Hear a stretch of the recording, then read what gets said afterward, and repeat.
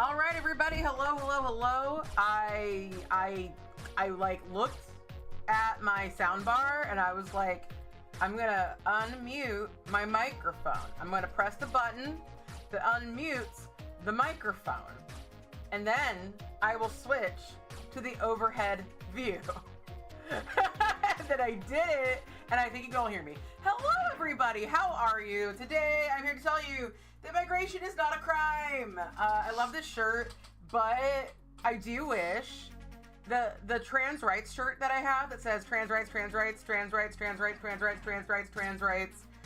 have a nice day.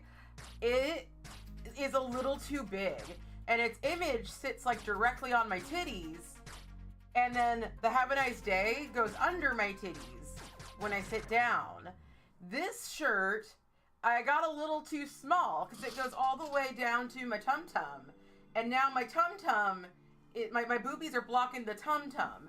So I should have gotten this one in a size bigger and that one in a size smaller. So, I did it. What did I do? Oh wait, I like turned off I turned on my microphone. Yes, I did it. Like it's been so long since I actually opened the stream and you could hear what the fuck I was saying. It's been so long. Yes, protect migrants. Y'all, it is fucked up out there. I gotta say it's fucked up out there. Have you seen? Oh, my hand is so dirty right now because I got a new eyebrow pen. I'm gonna clean this off.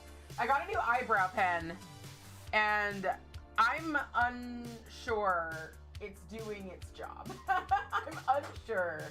My eyebrow pen, so I was like using it on the back of my hand. I mean, it is doing its job. It has evened out my eyebrows. But like, it's supposed to be all these little strands. That's my purse! I mean, it is. I don't know happy you! Happy birthday, Danny! Everybody say happy birthday to Danny. I'm doing birthday nails for me because I realize that this will be probably the last time that I will do birthday, that I will have to do nails for my birthday. But it is closer to Danny's birthday, and today we are watching Danny's favorite movie, Secondhand Lions. I have not seen it, but I hear it will warm the cockles of our heart. Hello, Our Lady. I hear it will warm the cockles of our heart, and our heart will grow 10 sizes this day, and it'll be fun. Michael Caine is in it, so we can make a lot of like, what do we do when we fall down, Bruce? What do we do when we nut in space, Bruce? It pushes us backwards.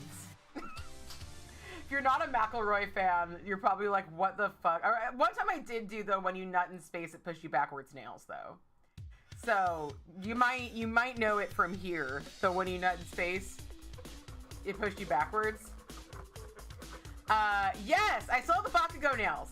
I did Bakugo nails for Danny's birthday. Danny, everybody's amazing, but Danny's amazingest. Thank you. Yeah, Danny and I born a few years and 6 days apart. Yes, thank you. Happy birthday, Danny. I will be streaming April 16th, which is a Wednesday, is my birthday. I will be streaming me singing. So if you have ever been like, I want to hear Stephanie sing a bunch of songs that I probably don't know, then show up here, but only on Twitch, because YouTube cares. Twitch doesn't do a good job of caring what I sing. So we're doing that, but we're closer to Danny's birthday, but we're doing birthday nails for my birthday, and I'm wearing birthday nails for Danny's birthday. But yeah, Danny is so good at listening to me go on and on about shit that no one else cares about forever, and being supportive of all my weird obsessions. So I decided to support the weirdest, to me, obsession of Danny's, which is Bakugo from My Hero Academia. Now, this is not weird to like anybody else but me. People are like, oh yeah, Bakugo's great. And the thing is, if I may be a hater for a second, I do not like the vast majority of shonen anime. There's some shonen anime that is technically shonen because it like gets released in Shonen Jump, like The Ancient Magus Bride, which is like, if you don't know what shonen, there's shonen, shoujo, seinen, and josei, and there might be a few other things, but shonen is like for little boys. Shoujo is for little girls. So like My Hero Academia or Dragon Ball Z versus like Sailor Moon. And I mean, but there's like a lot larger categories here. And then there is Seinen, which is like for men, and then Josei, which is for women. Obviously, everybody can enjoy everything. It does not fucking matter. But yeah, I don't really like that stuff. A lot of people give you shit for liking him. You're not alone. He's one of the most popular characters 10 years running. Yeah.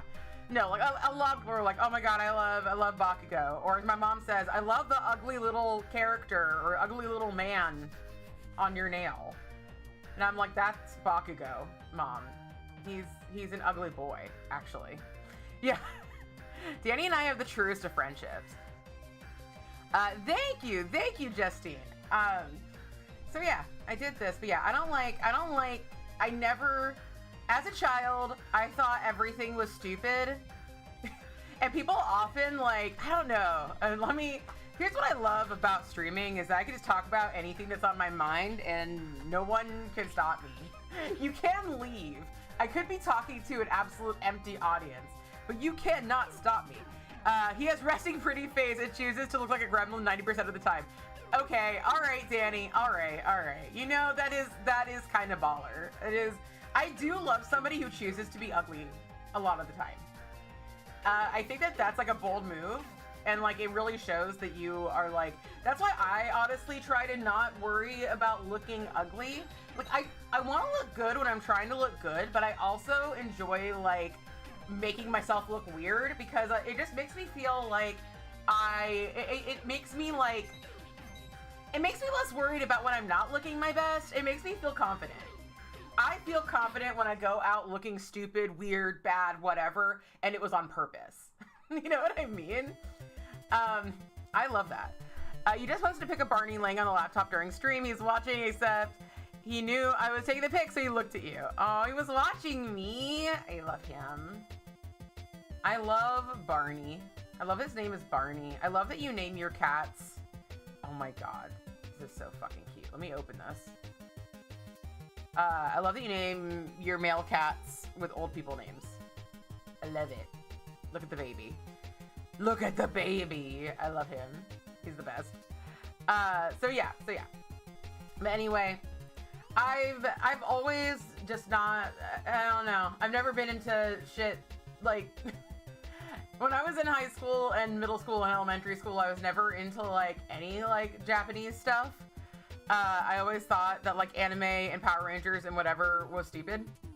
And as an adult, I don't think that, but I still don't really like shonen anime. I will say that. But I do understand the appeal of many of these things now. I think when I was younger, I didn't understand that it was like okay and fun for things to be stupid. There were certain things that I did understand that was fun, but like Power Rangers could be so stupid and it is also very funny. So that is my TED Talk for the day. I used to not like things. Yes, purposefully looking bad is liberating. Exactly. Yeah, like try it out. If you've never worn, like, just on Halloween, get yourself an ugly ass costume and just like fucking own it. Just be like, I am this ugly character. I am, you know, the creepy bride from Mean Girls, or I'm just any, if you know, put hair on your chest like I do, just like try it out. Cause like honestly, I never feel more myself than when I look like a big ol' fucking weirdo. And yeah, I just fucking love it. Hello, Trina. Hello. So every year on my birthday or near my birthday when I stream, I try to like summarize the year for me on my nails. And like, okay, now that I'm thinking about that, I guess I could summarize the year one way. I have to decide right now if I want to go in that direction. 'Cause my initial thought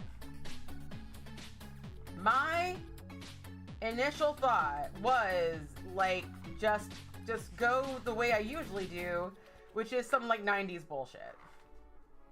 Cause that's like, you know, I'm at my best when we've got some 90s bullshit going on. And like last year I did my really cute Trying My Best Manny. Hello, Luna, hello. But this year, like, I think that there's like one big thing that changed or perhaps got added this year. This year I did get obsessed with the terror. So, I guess my question is, should I do the terror nails? And if I do the terror nails, how do I do the terror nails?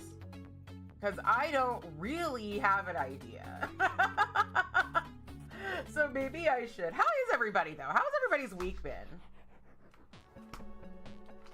I'm sure that we're all having a time. Tariffs were announced. If anybody in this audience, and God bless you if you're trying to enjoy me while being a conservative, if anybody voted for Trump in this audience because of, you know, I don't fucking know, because you're like, well, blah, blah, blah, the economy, lower taxes, you just wouldn't understand all this financial stress I'm under, blah, blah, blah, blah, blah. How do you like it now? How is that going for you, actually? How is the financial stress going for you? Have your taxes gone down? Have eggs gotten cheaper for you? Do you feel safer in your home? Hello, Trash Panda Panic. Thank you. Hello. Is that a name change of somebody? Is that a name? I think it might be. Your dryer is still fucked. You should tell me about, okay, what?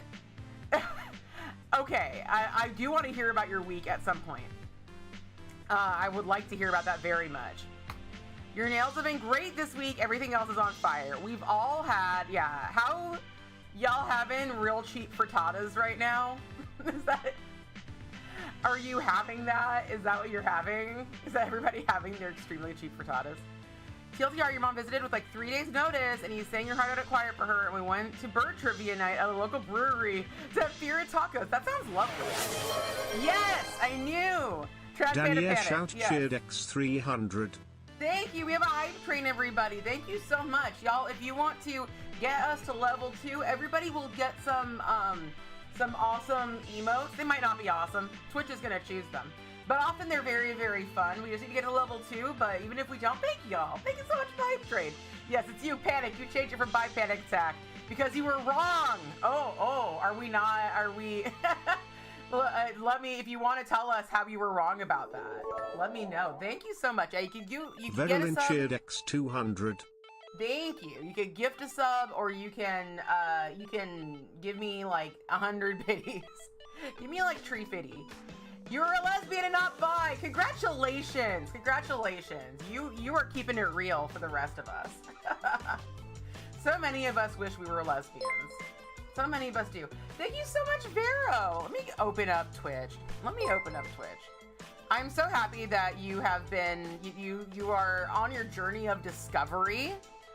That's amazing. That's amazing. Where do I look at Hype Train? Thank you so much, Abby Truly. Thank you so much. Okay, we are on we got 93%. We just need like one more. Yeah, Danny's birthday was yesterday, and I usually do a thing for Danny's birthday. I usually do a collab, and I thought I was gonna be in surgery on Danny's date of birth. So I did not do that this year, and luckily Tiffany and Ashley, Polished Mess and Tiffany Ford, they just stepped up and did the thing. So thank you all so much, ladies. It has been a wild time. It has been a wild time. Yeah. What was I gonna say? I don't freaking know. The point is that life is wild right now. Actually, nothing's really, Oh my, you okay? Vedelin shared X100 by plus lesbian solidarity forever. Yay! Women loving women and non-binary women kind of presenting people loving women solidarity. We're all in this together. I am okay. you have not heard the harrowing story. So, I have been on and off trying. And by the way, thank you for getting to level 2 of the hype train. Now you'll guaranteed if you pitch in, you're gonna guaranteed get an emote. Unless you have them all, then you might not get them. But let me thank everybody really quickly who has given so far. Thank you, Trash Panda.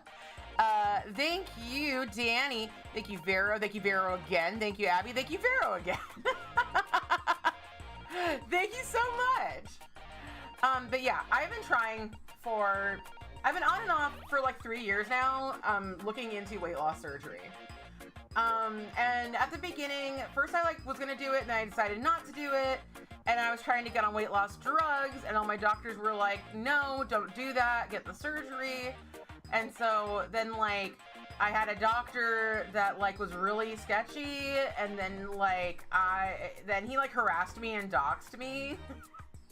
Not doxed me, he violated HIPAA. I was not doxed, thank goodness. But he violated HIPAA on me and did not get in trouble for it, so that was exciting. And then I took a break from that for a while, and then thank you, Trina. Thank you. Will 00 cheered Dex 200. And then finally, I decided again this last summer, okay, I'm gonna actually go through with the surgery because nobody was giving me the drugs. So I was like, I'm gonna go to the surgery. So I started that process. They did put me on some of the drugs. They did do that. And then I did a bunch of stuff. It was 9 months of me just working my ass off to get everything done.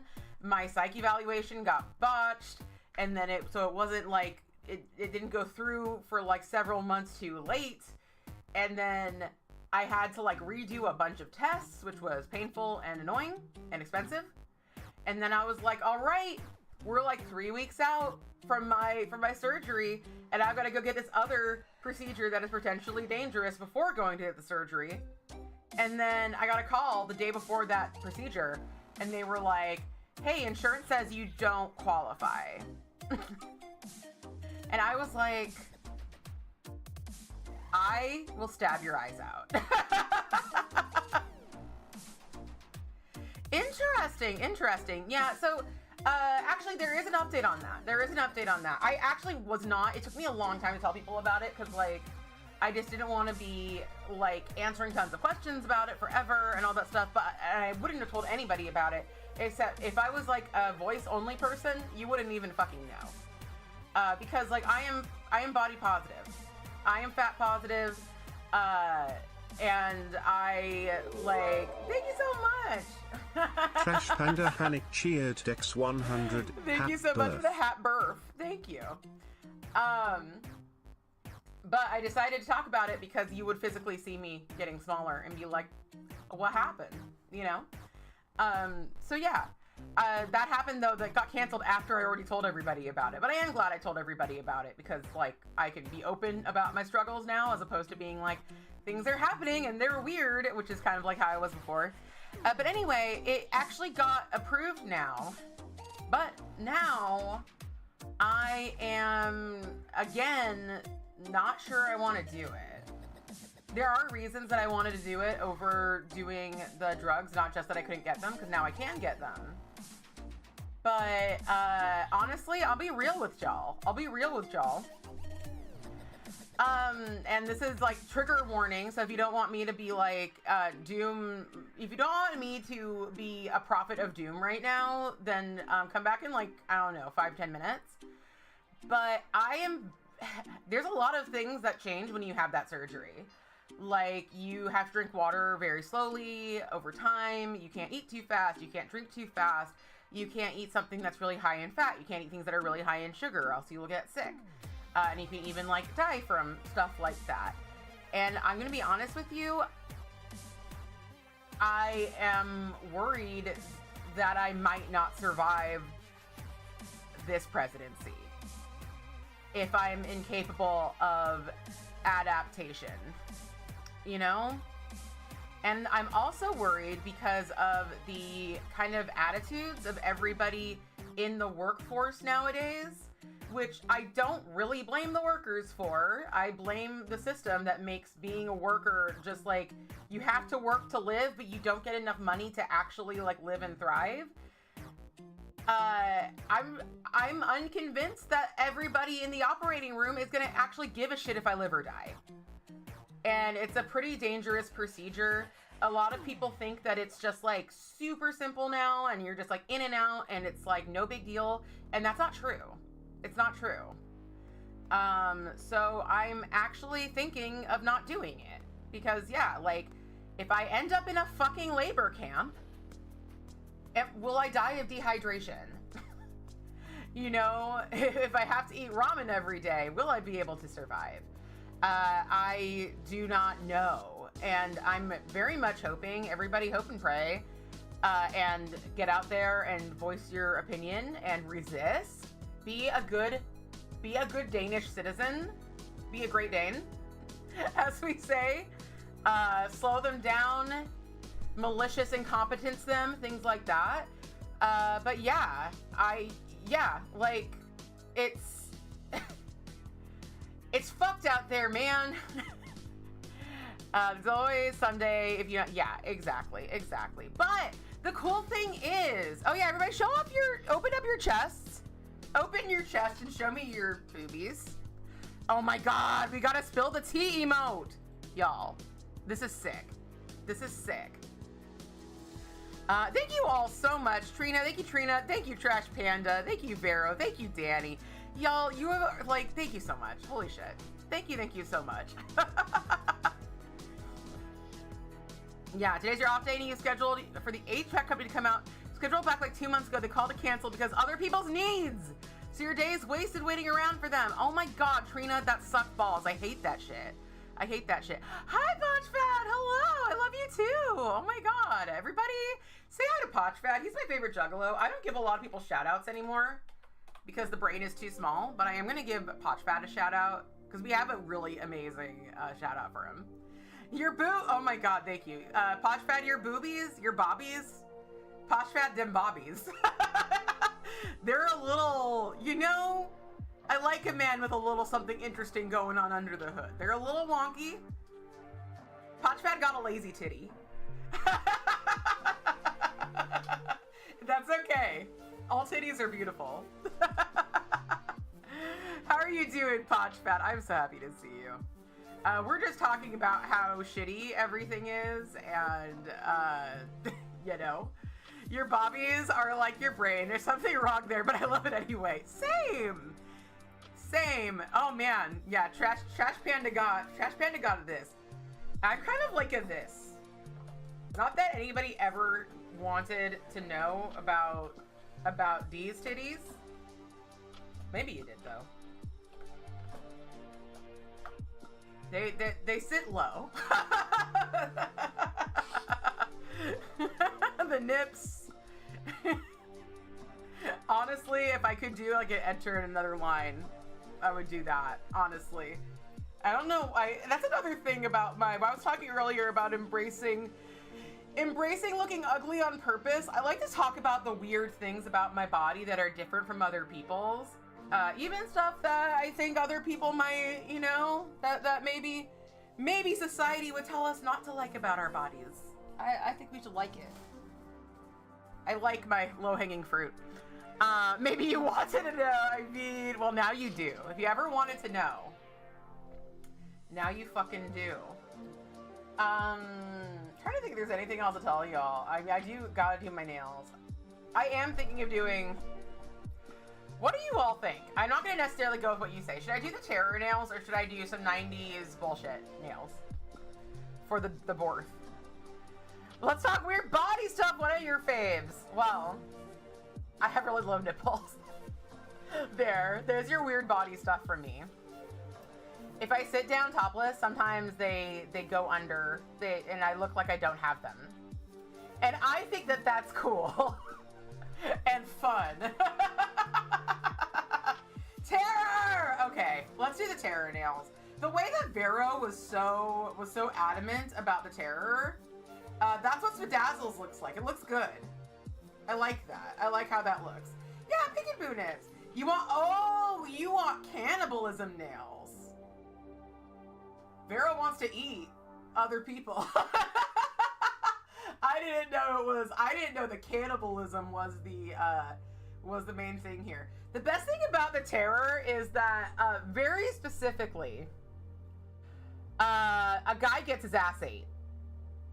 A guy gets his ass ate, is what I gotta say.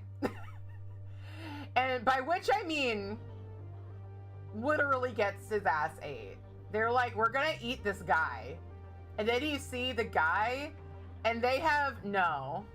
So, have you seen Trash Panda? You probably, since you're asking this question, you probably have not seen The Terror. No, who here has anybody seen The Terror? This is where my influence stops. We got to The Terror, and everybody was like, absolutely fucking not, Stephanie. Absolutely. Okay, yeah, Short Nail Arts has. You are all familiar with the disappearing titty trick. Oh my god, Spadazzles, you and me. The Terror is a fascinating show. It is on Netflix. It is 10 episodes long.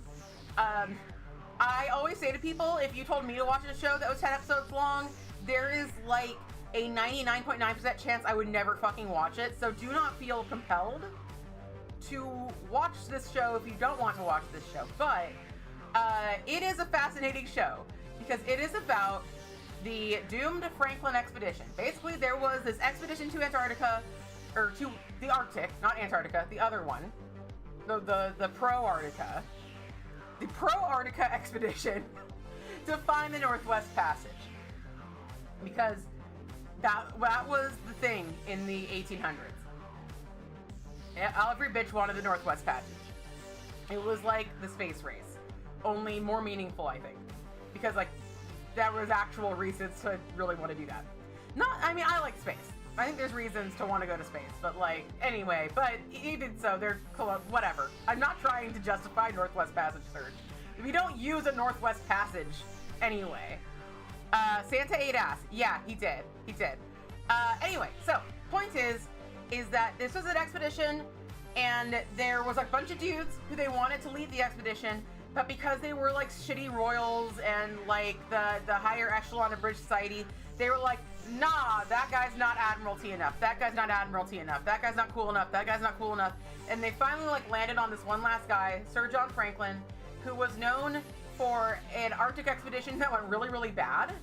He was known as the man who ate his own boot because many of them starved and ate their own boots if they did or didn't starve. So they're like, this guy's gonna run the show. He's gonna go. And we don't actually know a lot about what happened, but what we do know is that they did not return. And we know from campsites that we have found, and we know from the Inuit, Inuit word of mouth and testimony that they did try to walk out. Their ships got frozen in. They tried to walk out. They didn't have enough food. They brought a bunch of weird shit. Like, they brought, like, things that they did not need, like chairs and, like fine china and stuff like that. Like, weird shit. There's calories in leather. You're so right. Yeah, trade dollars. Yeah, there's trade dollars to be had through the Northwest Passage. Anyway. And they also started eating each other, as people do. And, of course, like, the Victorians at the time were like, we will never admit that our men were eating each other. Because they, like, it's not like we look highly upon cannibalism these days, but I think that we generally have an idea of, like, if you're trapped, if like, people are already dead, and you cannot get out, we're not gonna be like, wow, fucked up of you, man. Fucked up of you, man, to survive. But at the time, they were like, fucked up of you, man. They were like, be a British with a stiff upper lip or whatever, and don't eat people. This is a pro-cannibalism stream. If I said he ate his boobs, that would be really funny. That'd be, somebody was binding, and then they were like, well, I guess I gotta give myself top surgery. Right here, right now. Man, who, was it, was it in Our Flag Means Death, Vero, that, like, people had, like, headcanons about, like, Jim's, like, top surgery? And I was just like, no, no, no, no, no. Do not be a pirate in the olden times and give yourself, or have someone else give you top surgery. Nah. Nah, don't do it. Look, your gender is valid, and also don't do it. You are going to die. Yeah, you're pro-necessary cannibalism. Got no problems. Exactly. Exactly. Instead of being cremated, I'll be braised and served to the hungry community. Be braised and served as someone who's an asshole who doesn't want to eat people. Yeah, Roach's top surgery in Emporium. I am anti that. I mean, I'm not going to stop you unless it's my ship.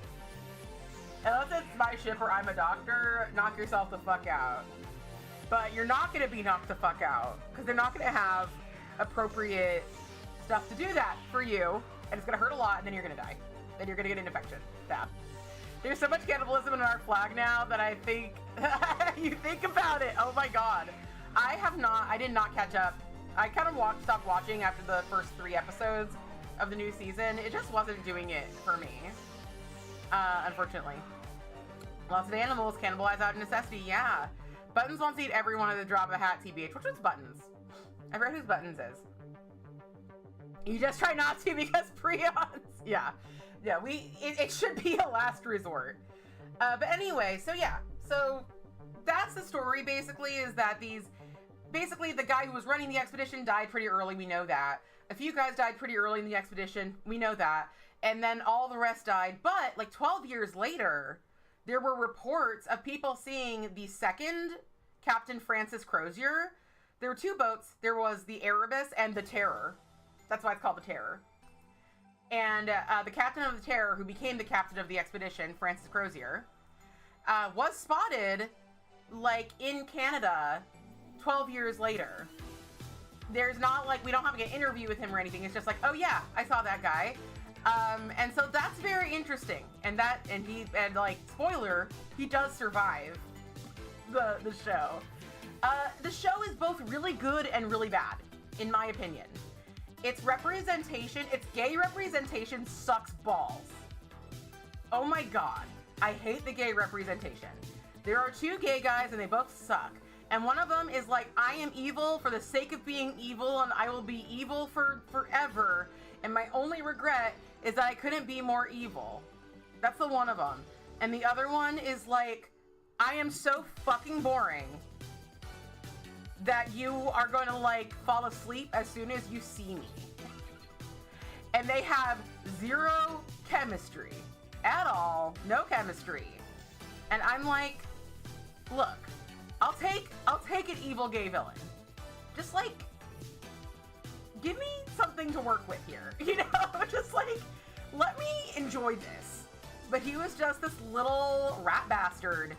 And maybe that does it for somebody. Maybe somebody thinks he's cool. Maybe somebody's like, that's me.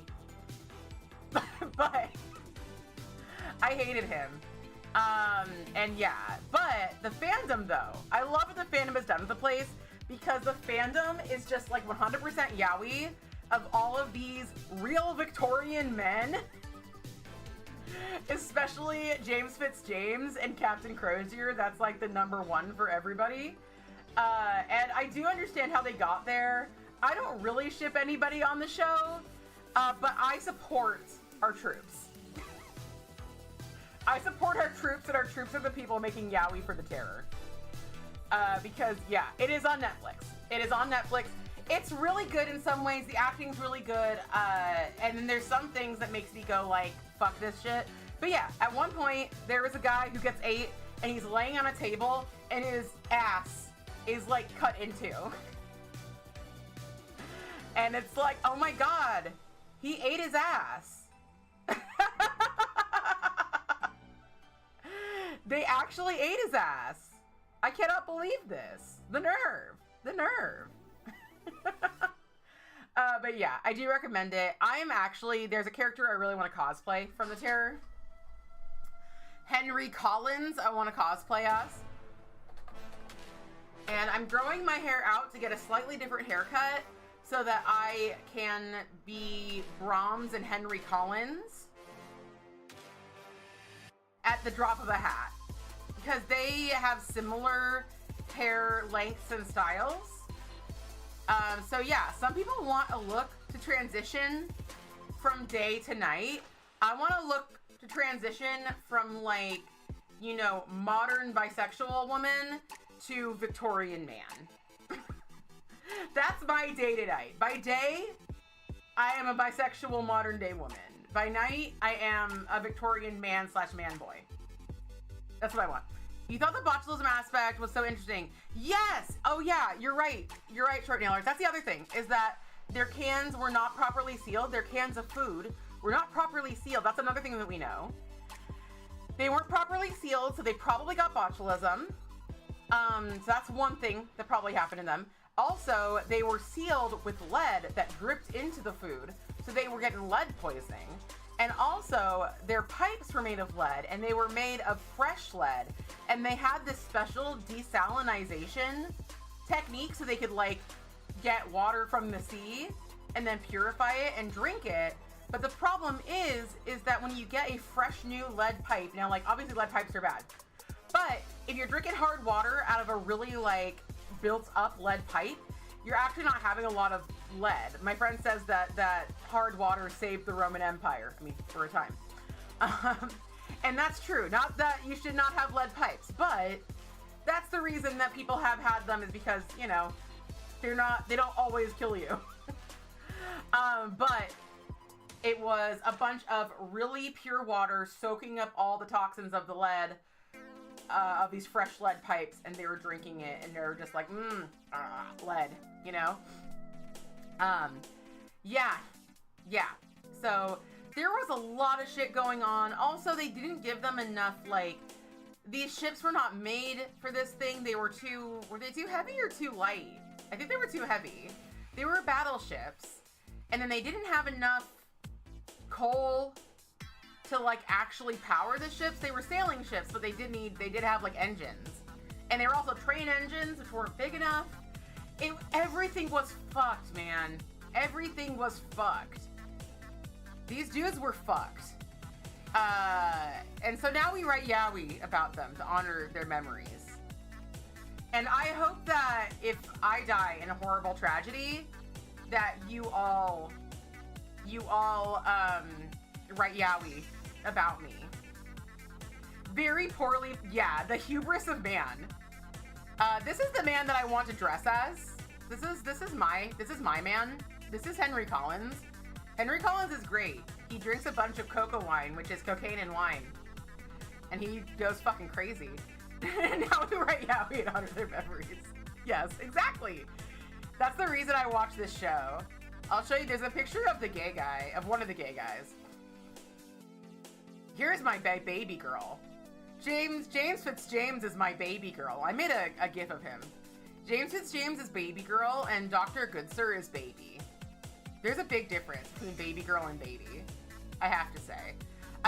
The only people I ship is this man and his friend who has 0 spoken lines and is in a coma for most of the show. Those are the only people I ship. I only hope that if I'm eating my comrades, about your comrades, someone will write smut about it hundreds of years later. Absolutely. Absolutely. Where did he go? Here's frickin', this is not Henry Foster Collins. This is fucking Cornelius Hickey. And I hate him! He's a little fucker. He could have been cool. But then he wasn't. It sucked. Yes! Oh my god, yeah. That's what we need. That's what we need in this world. One of the best parts, though, of the terror is that James Fitzjames, like, tries on a dress and feels himself. So, if you watch it for no other reason. And also, there's one cool diving scene. There should have been more. What is this? Oh my god. Y'all don't understand this, except for maybe Short Nail Arts. But this is... Oh no, don't take me to X. No, sorry, I didn't mean to do that. I'm gonna open the image in a new tab. There. This is very funny. This is very, very funny. Yes, the man bear pig. That is the other problem. I swear to God, this show was written from the point of view of somebody Victorian. From the Victorian point of view is what this is written from. Because, like, this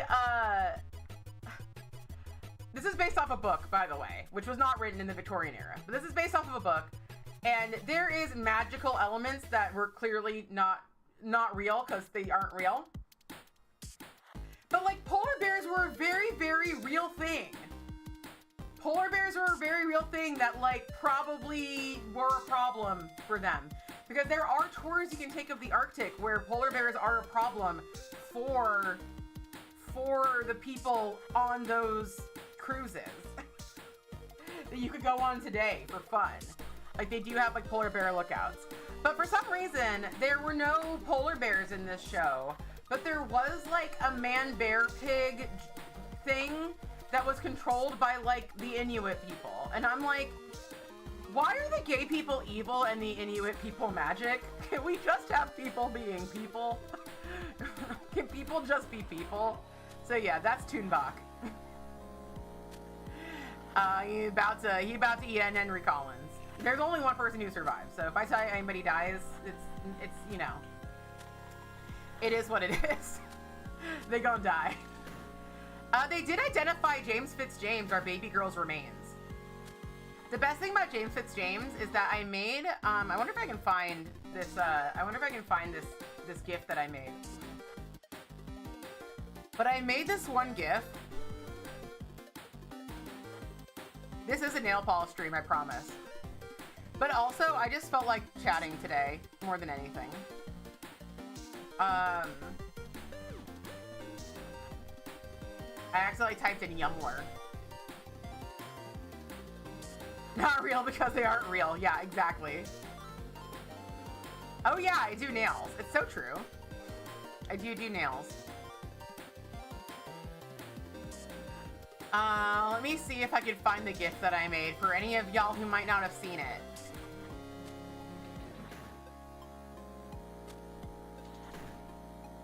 Why is it so hard to get to my actual blog and let me search my actual blog? Let me search my actual blog. Tumblr is the best, except for when it sucks. There we go. James Fitzjames.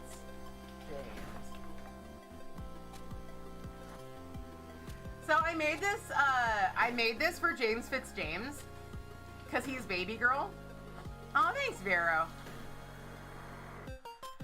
Not realizing that this is absolutely the fanon accepted ideology of this man. I made this GIF and many people have reblogged it. Like, they actually haven't reblogged this GIF itself, but they'll like reply to other things with this GIF. Stream dedicated to discussing the 2018 AMC premiere drama series The Terror.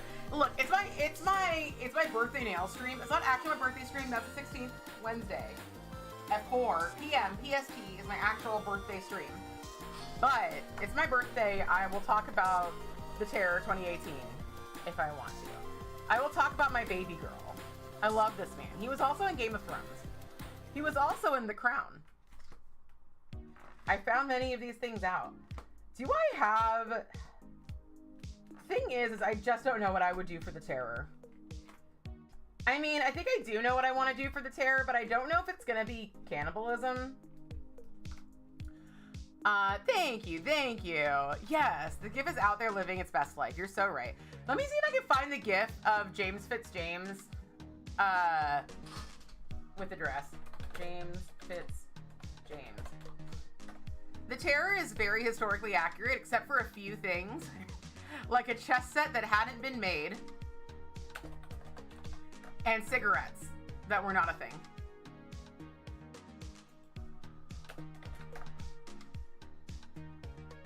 Let's see. I want this in GIF form. Yes. Let's see. No, this is just him drinking after he's looking good in the dress. Can we get a James Fitzjames? Yes, okay. It's not a very good quality because it's a GIF, but like, look at him. That's a baby girl. If you've ever seen a baby girl, such a baby girl in your life before, he's the babiest girl. Oh man, it's him fighting with his fan and lover.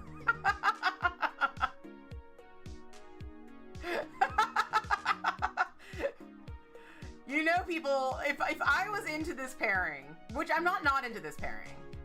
Like I said, I only ship one guy and the Comatose guy, and only vaguely. I just like the idea. But that's pretty much everything. I just like the idea. I'm not like here for the shipping. I'm not like here to do the shipping, but I'm here to like witness the shipping. God damn it, Vera, watch it! Do you realize they had to make through medieval times about cigarettes? What else you gotta do? They had pipes. They didn't have cigarettes. They had pipes. They had tobacco, a butt slicing out of it, and a man bear pig, and a classic ship stamp. Do I don't know if I have a ship stamp. I mean, I do. You're here for the shipwreck, not the shipping. Yep. Yep. Yeah. Oh my god. Okay, hold on. We'll get to nails. But no, okay, I can do you one better. Let's look through. I'm gonna take you all on a journey. We're going to Tumblr. We're going straight to the source. I'm so incensed my glasses are fogged. Let's look at, oh yeah, tags I follow, hashtag the terror. Let's see. Over here, we got a James Fitzjames in a dress. Classic the terror posting. Oh yeah, that's true. Did they? I guess they didn't have tobacco. I guess it's a new world. That's a Francis Crozier, Captain Crozier babying. Papa special orange juice for one special boy. Do you see what I'm saying? Who's the worst at strapping? It's a poll.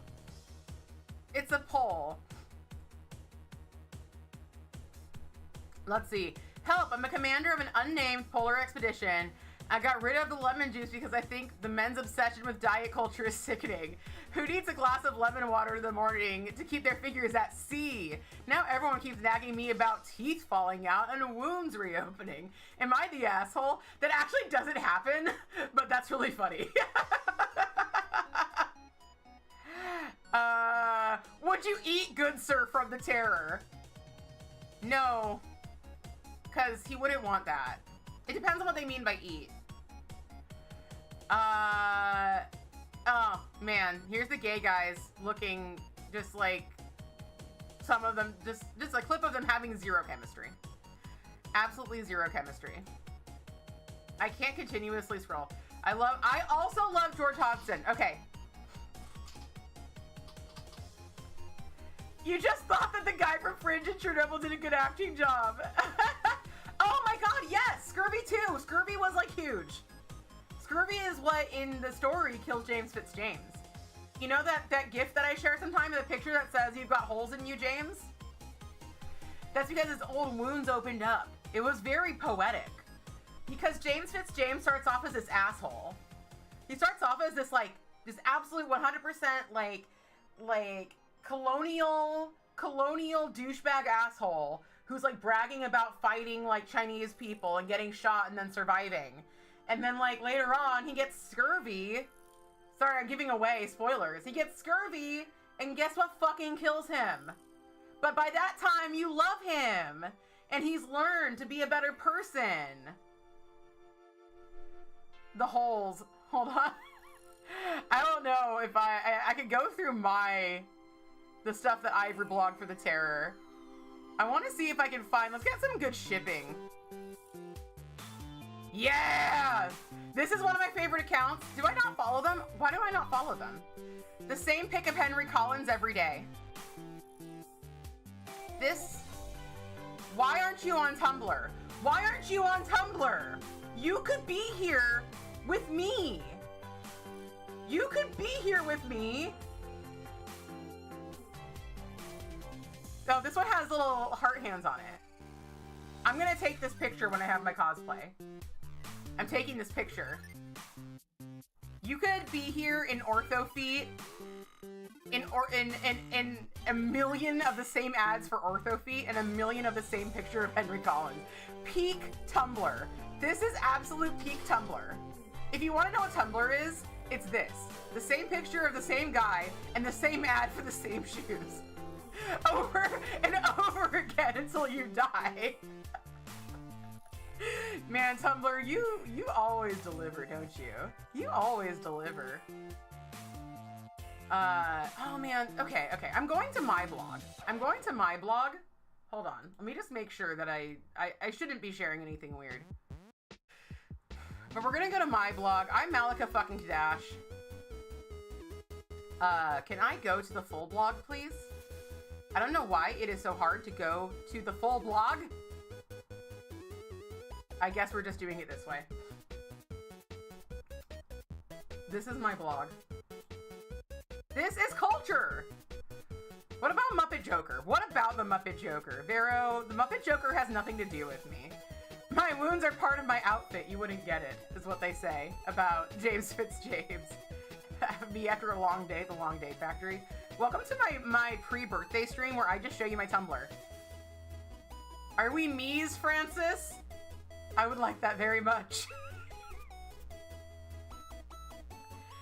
Yes! That is all that Tumblr is. It's just one big commitment to the bit. I'm trying to find more terror posting. There's so much good stuff. More ortho feet. We need more terror. I can search my own blog for the terror. But I haven't tagged everything with the terror. That's the problem I have. I should have just made a terror side blog. So that I could, you know... So that I could show this off fast. Or, oh my god, look at this freaking magic card. This guy's avatar... Incredible. Incredible. By the way, 5 p.m. PST, we're watching a movie. A heartwarming movie. If I ever open a store, that will be me. Closed for sex. That will be me. I want more terror posting. I want more terror posting. Yes! Migration is not a crime for Paddington and for James Fitzjames. He is not English. All the Beatles dying in a glue trap.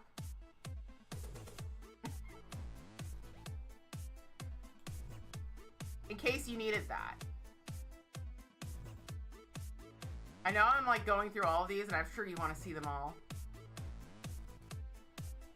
But I just really want to see if there's any other good...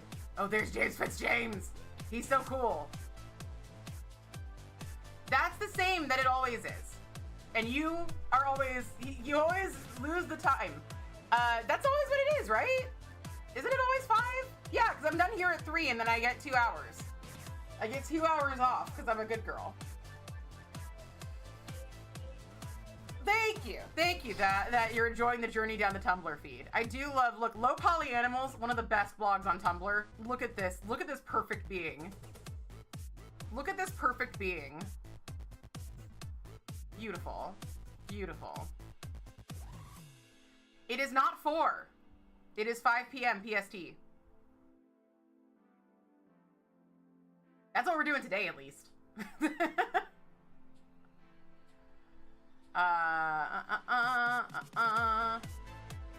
I just want to find more good Look at this! My scheming eunuch when I start coughing after a sip from my goblet. I wake up to this sinister smile every morning. Look at this fucking cat! Look at this fucking cat! Look at him! Look! Oh, shit! 50% off Linby Designs. Oh, you're working on another late arrival. Yeah. Well, you would have gotten there early. You can show up at 4 if you want. Look at my boy! Look at him smile. Yes, exactly. Assorted JFJ smiles. For some reason, the dress one. Yeah, it's a good one of the dress. Yeah, he loves himself in the dress. He sadly does not wear the dress. Look at that. Look at Kyle McLaughlin hug that guy. Don't you wish you were that guy right now? I really wish I were that guy. Or Kyle McLaughlin. I actually want to be me, though. I don't really want to be Kyle McLaughlin. It'd be fun to, like, be able to experience that for a minute. Yes, it's very good. He does have a cute smile. He do. We're doing exactly what my, I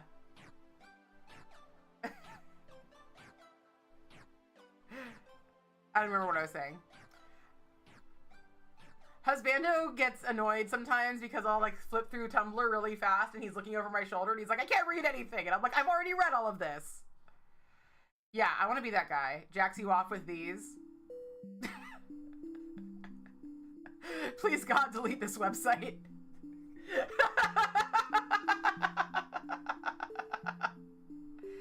I love it so much.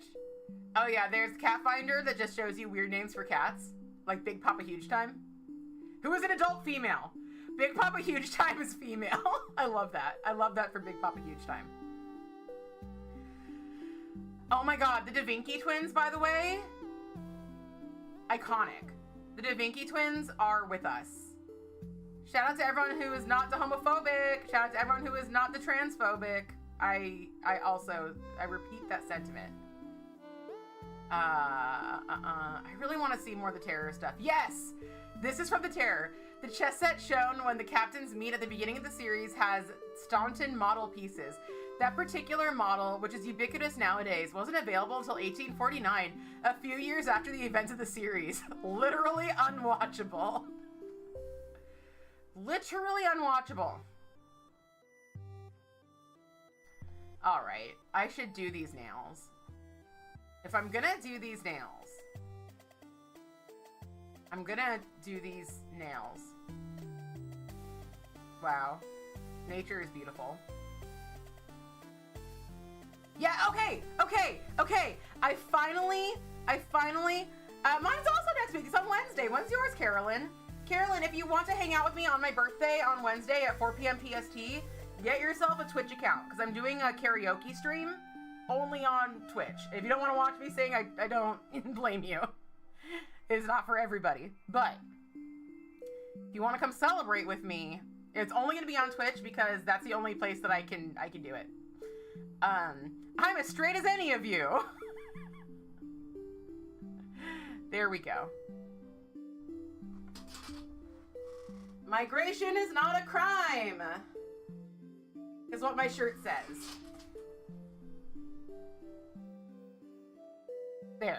There. This is like pretty peak Tumblr terror. Pretty peak the terror. James.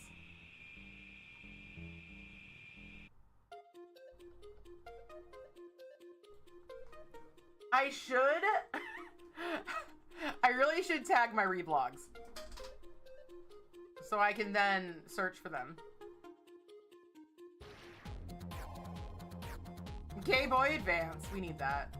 That's beautiful. All right. I'll stop looking for the terror memes. If you do watch the terror, hit me up. Hit me up for the white man guide for the terror. Because it's very good. You're scared of Twitch, not by singing. Your birthday's the 19th. Happy almost birthday. So are you... That's the last day of Aries? Is that the last day of Aries? Or is that the first day of Taurus?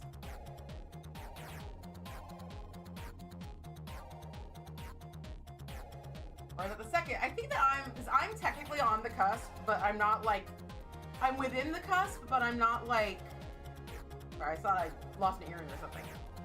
I'm not like on the cusp. Okay, we're going back.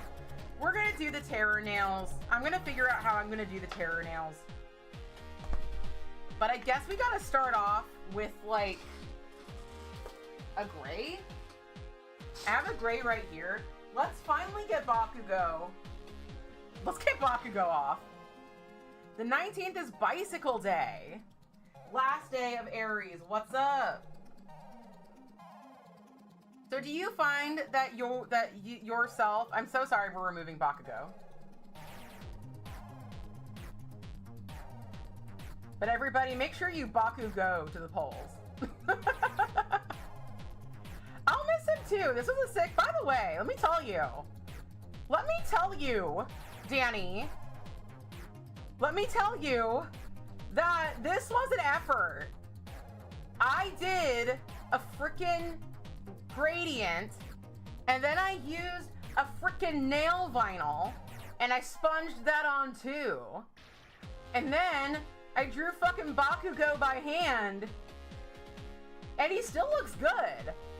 Often when I do these really intense nail arts, like after a day or two, they start like getting like wrinkly. They start like, you know, the polish was too thick and they get a little wrinkly. Bakugo has stayed fresh. You're highly Aries. I think I'm highly Aries as well. I think I'm also highly Aries. I found out recently about this other way of astrology, basically. This other birth chart business. I forgot what it's called. But it gives you like a chart of your body and like tells you stuff about yourself based off your birthday and birth time. And it's very interesting. I did mine and it was like oddly specific. And I know that stuff is like set up to be oddly specific. And also vague enough. But it was quite specific for me.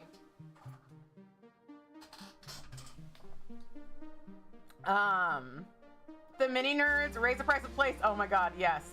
Yes, yes. I have heard about these mini painting stamping plates. And it's funny because a few of my friends have already been doing that because, you know, they know me or they are nail artists. And so it was really interesting. My friend who borrowed nail plates from me, he made a mini, and I'll see if I can get a picture of it for you. But he made a mini that was based off of an Arizona iced tea can. So he was like, do you have a stamp that's like the Arizona iced tea can? And I did. And so I gave that to him, and he did that. And then he sent me the video where Goobertown Hobbies was showing that off for the first time. What does it mean, Vero? What does it mean? I think that they're probably not going to raise up I mean, stamping plates are going to get more expensive, or people are going to start manufacturing more of them stateside. Because the place to get the best stamping plates is in China. And I doubt they're going to get more expensive inherently. They actually might get less expensive because I'm going to assume that some companies are going to be lowering their prices in China to continue to be able to like sell in the US. That's just my assumption. Not all of them, but some of them. So I doubt that the base price will go up, but them tariffs, my man. Thank God we got this president for the economy. Everybody is thriving. Everybody's thriving and loving life.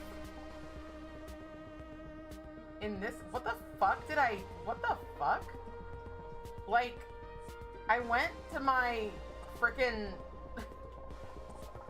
there was like leftover fluid art suddenly in my thing, and I'm like, why? You got all your nails done with cracked nail polishes, liquorlicious, and you're loving your birthday look. Yay! Lucano, don't be tempted to try Babylonian calculations. Astrology, okay. I don't really believe in astrology, but it is fun. Like, I think it's probably mostly BS, but I am kind of an Aries type of person. So maybe it's not. I don't know. I do know that this nail Do I see a crack in it? This nail's been bending like nobody's business. Like nobody's business. So there's a good chance it's gonna go soon, which is fine by me because things have been getting harder to do, of course, with my nails, as happens when you have long nails. So, you know, having long nails is wonderful and a blessing, and having short nails is wonderful and a blessing. So I like my nails at all lengths, but I do admit that my fingers, that I do feel like my fingers look short and stubby without long nails, which I somehow don't give a shit about on this hand. But on this hand, I'm like, no, you're too short and stubby. You bought yourself a t-shirt that has 5 minifigures on it and says, ladies, I make 5 figures a month. Made you think of me. Oh my God. Does he paint minis? Cause that's awesome. That's so funny. Whether it was inherent meaning, you know, has cultural, societal, personal meanings that give it value. That's so true. You're so right about that. By the way, everybody, I don't know if you saw. I'm gonna pull up Blue Sky really quick. I don't know if you saw. Actually, no, I think I have it in my in the Discord. I have been working on that one mini.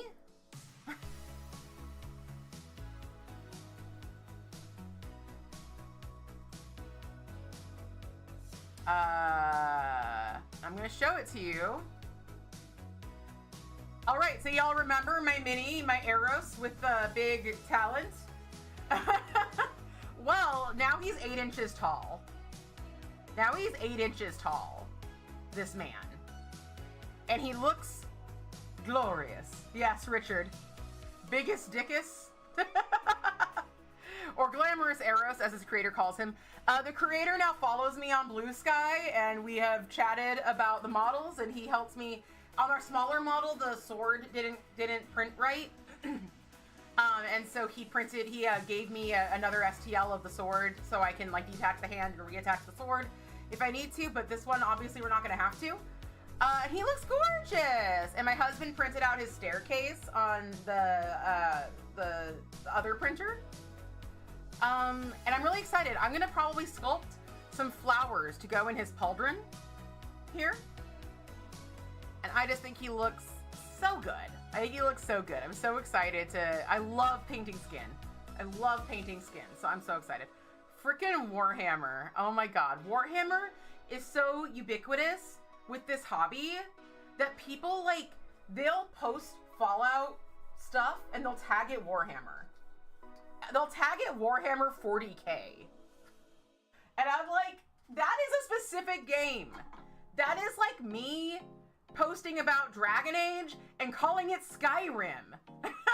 Like, it's like, okay, these are both the same thing, but that is a specific thing that this is not. But Warhammer is incredibly, what factions does he play it? What's he do? I'm so curious now. Yeah, they're pretty Brokeback Mountain playset. I will try. I enrolled in college, everybody. So this summer, I'm going back to one of my alma maters, actually. And honestly, like, it's a community college. It's like I went there, like, I did summer programs there all through high school. And then I went there for the first 2 years of college. But I'm going back, baby, and I'm doing a 3D modeling class. And I'm so excited. I am honestly so excited to just be on campus. And you know what? It's going to be during summer, so I can probably see the musical theater during summer. I'm very excited, actually. That's so fun. I used to do that. I used to do musical theater there in the summers. And so did Matt Lillard. Did that when he was in high school. And one time he came and talked to us. He came and visited us and gave us a little talk about, like, believing in ourselves and shit. It was very nice. It was so nice of him. And my friend Fruitbat just shared over on their private Discord, like, a video of him doing kind of the same pep talk that he gave us, like, I don't know, 20 fucking years ago.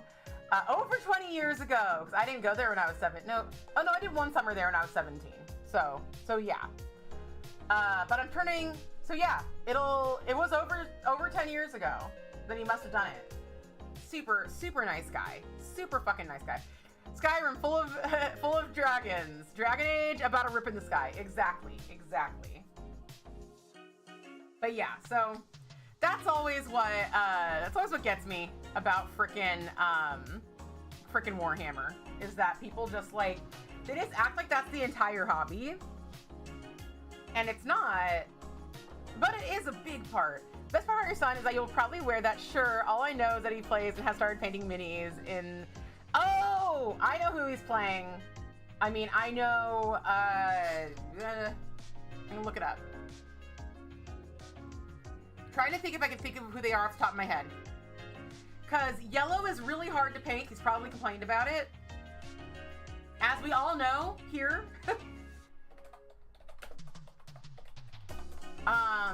And so people complain about it.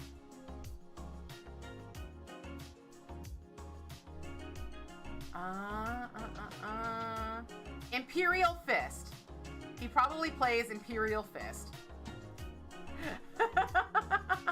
Thank you. Yeah, I'm really excited. So I might be able to do a Brokeback Mountain playset. I might be able to model that. I should look up on like online. I should look up if somebody's done Brokeback Mountain. I don't know if she's in the audience, so I don't want to say too much, but maybe I will. But there are some characters on this one website of people that Nikki's Nails really, really loves, and I would really like to paint them for her. Perhaps for her birthday, which is coming up in September. So, perhaps. And there's also one that I saw that I think Miss Shout might enjoy. And so I'm also eyeballing that one. I'm eyeballing it. I'm always looking. But it does take a while to paint things. Yes, but it'll be maybe perhaps a Christmas surprise. Yeah, I'm really excited about heading back to school. And yeah, as it is for many people, I really loved being in school. There were pros and cons of being in school.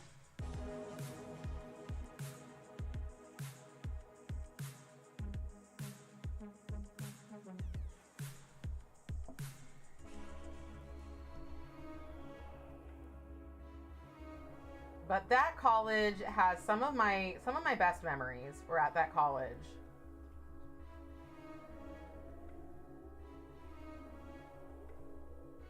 A lot of people at that college believed in me for the first time. Sadly, he passed away after the first year, but I had a vocal teacher named Al. And he was one of the vocal directors for this program at the college.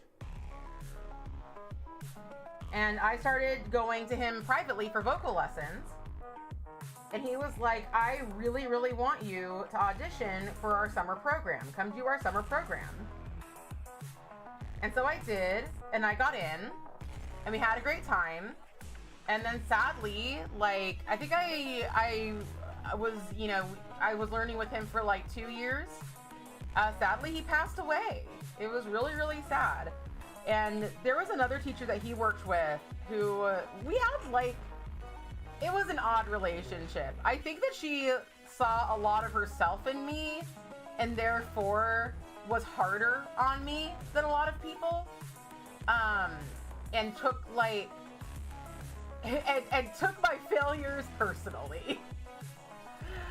So that was pretty tough. And I don't even know, she might even still be there. Oh my God. Cause she was there the whole time that I was there. Yeah, the one thing that she always would say to me after he passed away was that I always, whenever she saw me, I reminded her of him because he loved me so much. And like, big oof about that teacher, but also like, it's just so heartwarming to think that like this man that I loved so much, loved me so much, somebody who knew him for so much longer than I did. still associated him with me. Still was like, oh, that was like Al's girl, you know? Like, exactly. I'm so glad I had time with him. I'm so, like, he really made me, like, he was the first person who was like, you're talented. You're talented. So I will always remember that. And always love him for that. And just for himself. His name was Al, and he looked and acted like Big Gay Al from South Park. He wore the Hawaiian shirts like down to here. It had like the necklaces and the hairy chest and all that stuff.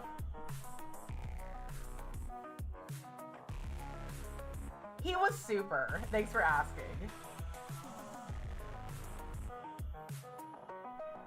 And yeah. I loved him. And I stayed with the program and had a lot of other mentors through that program. A lot of things to celebrate. And saved a lot of money on college too.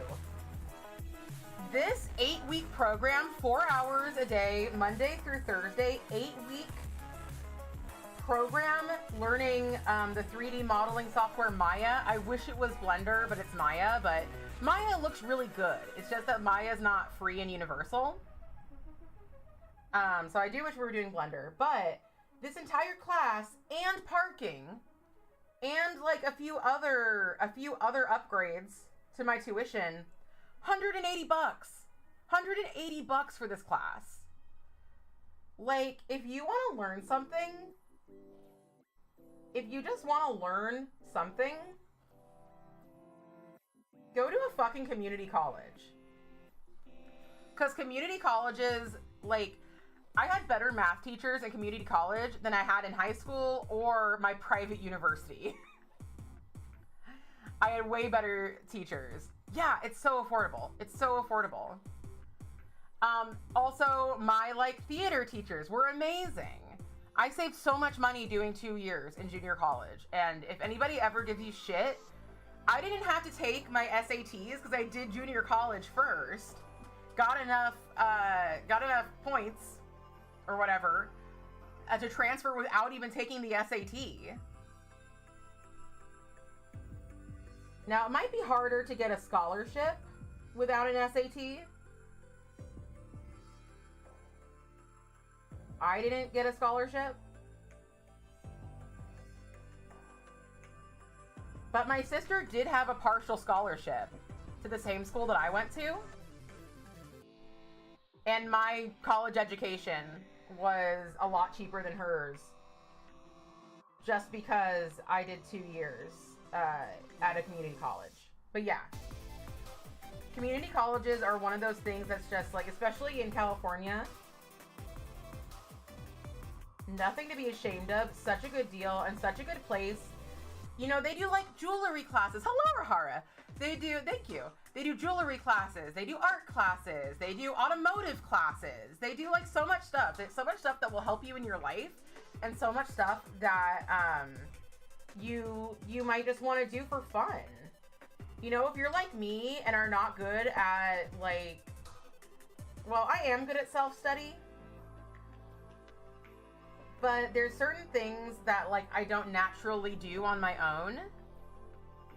Like, you know, I started learning Blender and I just didn't continue to do it. So whenever I have a problem like that with something, I always try to find a class with a teacher that I have to physically go to or at least do a Zoom with.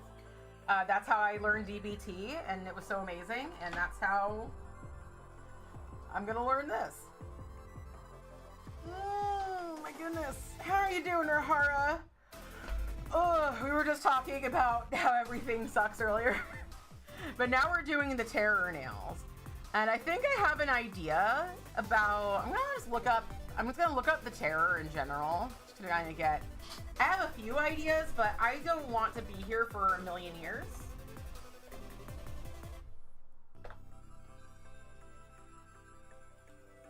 So I'm just going to look. God, the Toon Box sucks. Okay, spoiler alert, I'm going to show you the Man Bear Pig. This is the Man Bear Pig. And I hate it. I hate the Toon Box. I hate it.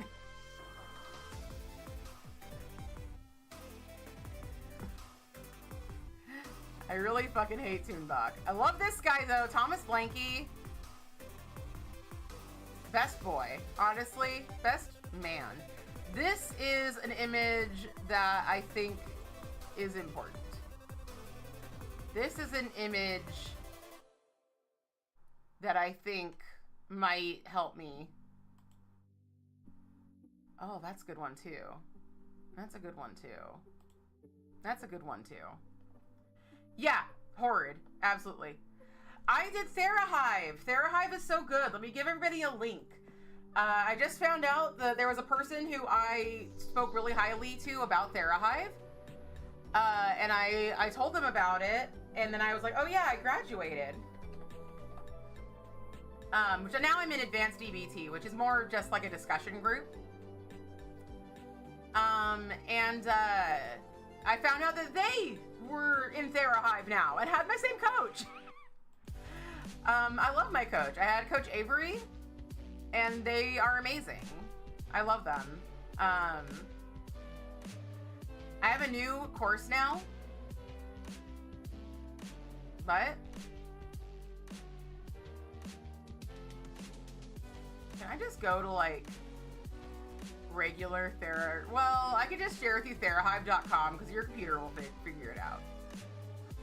No, it's not. Yes, I love the ships on the ice.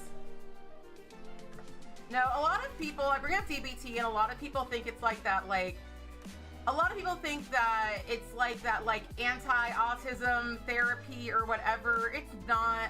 What I think of TheraHive is, of, like, DBT is like, for me, it's kind of taught me how to, like, be a human. It's how I feel about it. Not that I wasn't a human before, but like it just kind of like teaches you skills to deal with extreme emotions, which I have extreme emotions, to cope with them, to sit with them, and not let them rule your decisions. You know, like it teaches you stuff like checking the facts. You know, so you stop. There's a stop skill where you stop basically and decide like, how do I proceed? Because maybe you're the kind of person who gets really angry and then they like regret it later. I think a lot of us are like that.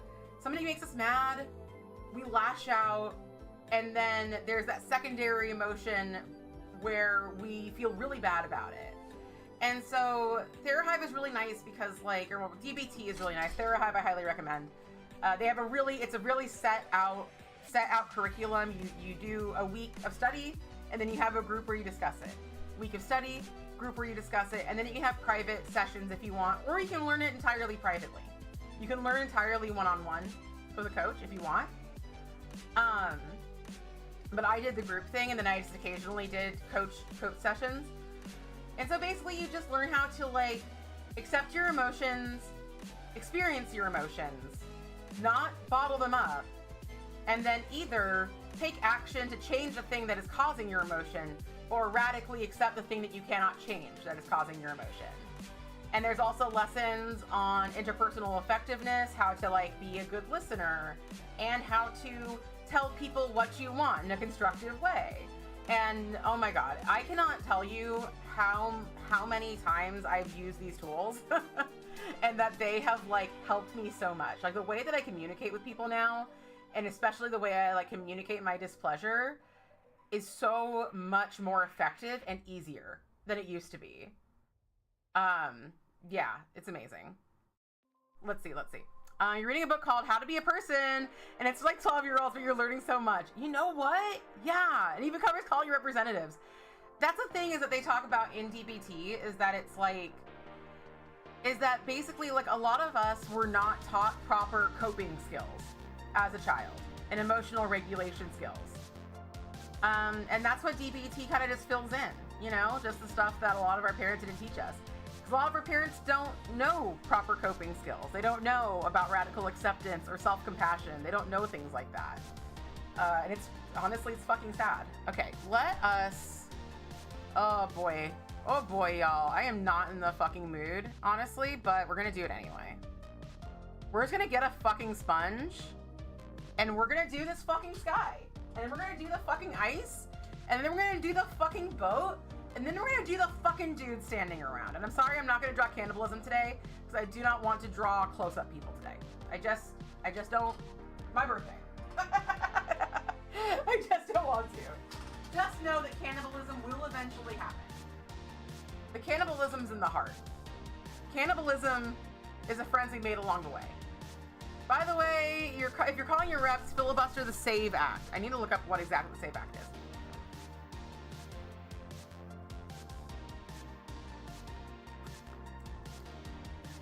A lot of these programs, Vero, do have a lot of overlap. Because the thing is that there's certain things that actually help people who are in distress, and also DBT is often used for addiction support. You know, a lot of times it's to stop yourself from doing harmful stuff to yourself, you know, stuff that doesn't help when you're coping. All right. I'm gonna get a blue.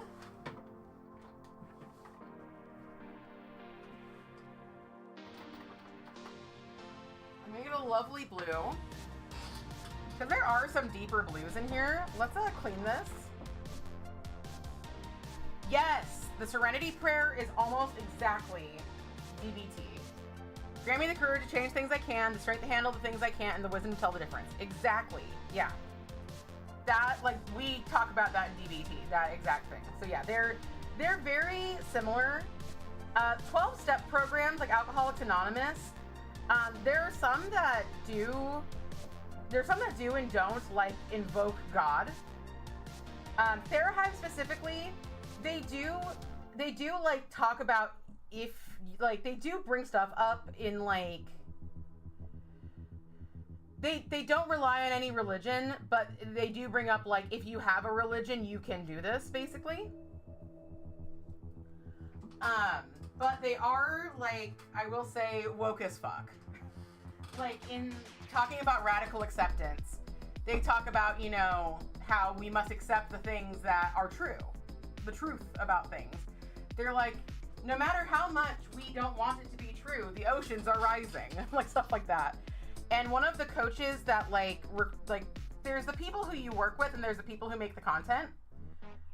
Jesse, one of the people who founded the company and makes the content, is a gay man, or at least a man-loving man. And, like, in the content, he talks occasionally about his, like, relationships and things that have helped him. And yeah, so they ask you to share your pronouns and stuff. So if you're looking for a validating space, Therahive's really good. Therahive's so good. And, like, honestly, everybody jokes that I'm just, like, this walking billboard for DBT, but I think it should be taught in schools.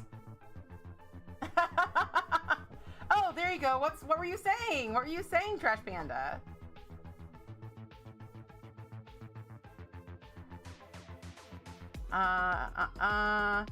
In this case, I'm a sad parent that didn't know how to help my oldest in her path. Now we're looking for a self-guided program for her. Yeah, Carolyn, I cannot recommend it enough. Like, I cannot recommend it enough. I hope you do it. I hope that she does it. And I hope you love it. Like, yeah. And I thought Avery was, if you can request Avery, see if her schedule, sorry, there, well, she's a she, they, or they, she puts she in front of they. I wish I was better with they, them pronouns. I really do, because obviously I support and partially am. But I'm really bad at it still.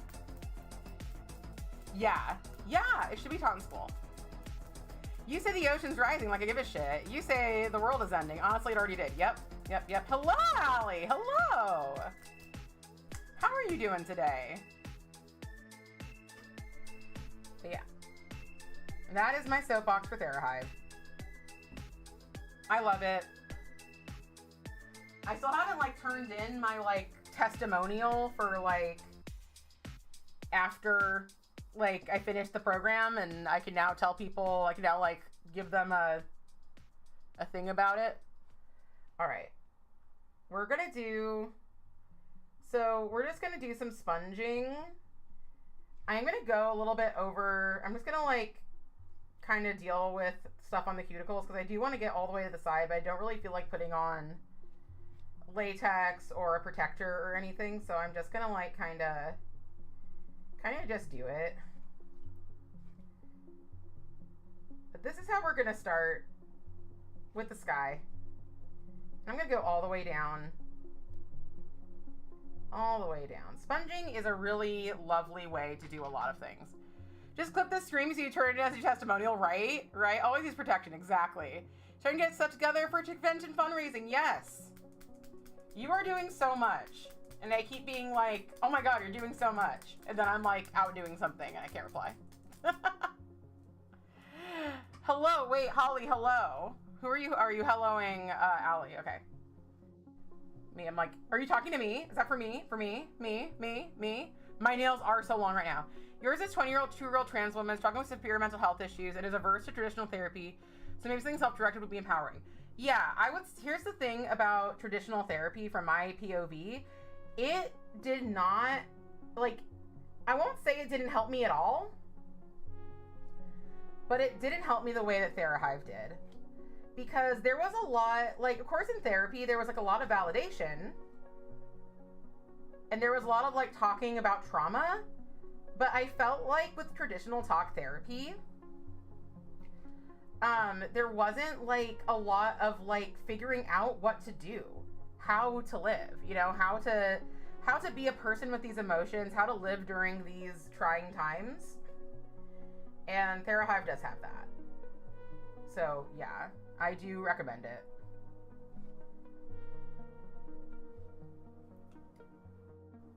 Because I'm no longer in traditional therapy. I'm actually like almost considering going back just because like it was nice to have somebody just like listen to me.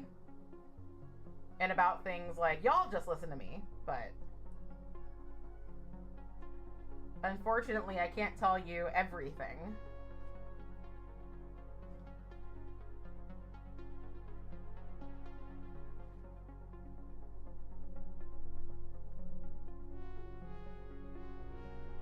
But yeah, it's a lot more actionable.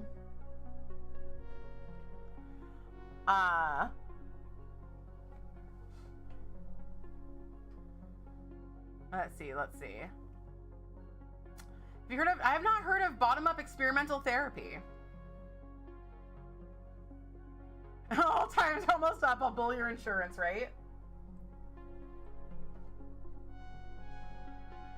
I was at a party and there was just like a therapist there. And I was talking to them about that and they were just like, yeah, it's really hard. Cause like, I've often considered going into psychology. But then I was like, I just cannot fucking do it. Like, I can't do that. I can't like, I would not be able to just listen to people about their problems, especially if they're financial problems, which often they are, and then like bill them. Not that I think that it's wrong to do so, but like it would be very hard for me. All right, so we got a sky. We got the sky. Now let's get into the snow. So I think that probably the best way to get into the snow would be to do a little bit of a thicker paint, even though in the picture over here, the snow is also a little bit wavy. By the way, all of this was on a soundstage. All of this. These sets were built. Can you fucking believe that? I love it. I love it. They did such a good job. Thank you. Hi, Shaylin. Hello, hello. Thanks. Thank you. Let's get a brush. Let's get some, I'm gonna get a really, really light blue.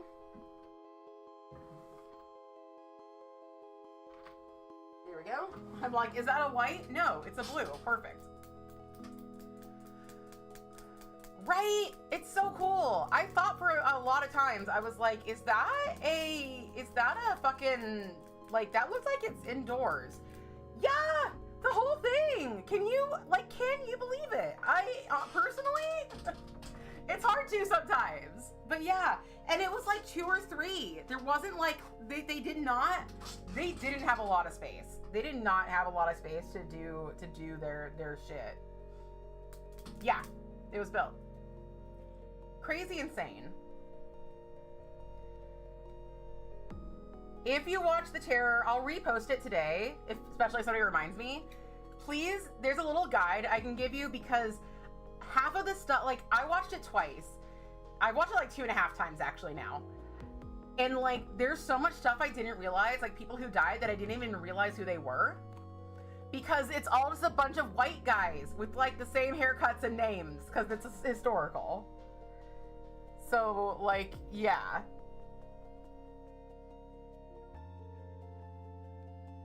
Please read the guide so that you know who people are. For instance, there's a character named Mr. Reed who is mentioned like 5 times in episode 1.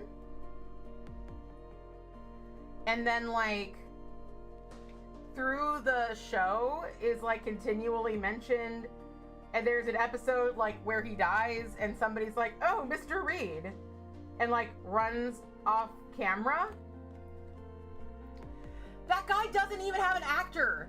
That person is mentioned and mentioned only. There is a character named George Hodgson. And I thought he was the worst. I hated him. I was like, who is this guy? He sucks. I don't like him. Why do we even care? He's boring. And there was this other character. And every time I saw him, he was outside and he was wearing like glasses and a hat or a face, like he wears like sunglasses and a face covering. And he like talks like this and he gives these big things like, they'll be like, ah, yes, diet based off of the Greek word dieta, way of life. And I'm like, man, this guy rocks. I love him. Same fucking guy. Same fucking guy. I actually made a meme about it. And I didn't know until my second watch through that he was the same fucking guy. I only found out, no, just the same character with 2 different outfits. I'll show you. I found out because somebody made a Valentine's Day card. They made a Valentine's Day card that had one of his lines, that had his exposed face, but it had one of his lines that he says when he's wearing like a bunch of stuff on his face. So I was just like, wait, who's that guy? Wait, what? Oh my god. Why is Tumblr so impossible to use? View blog. I can search for The Terror for this because I made it.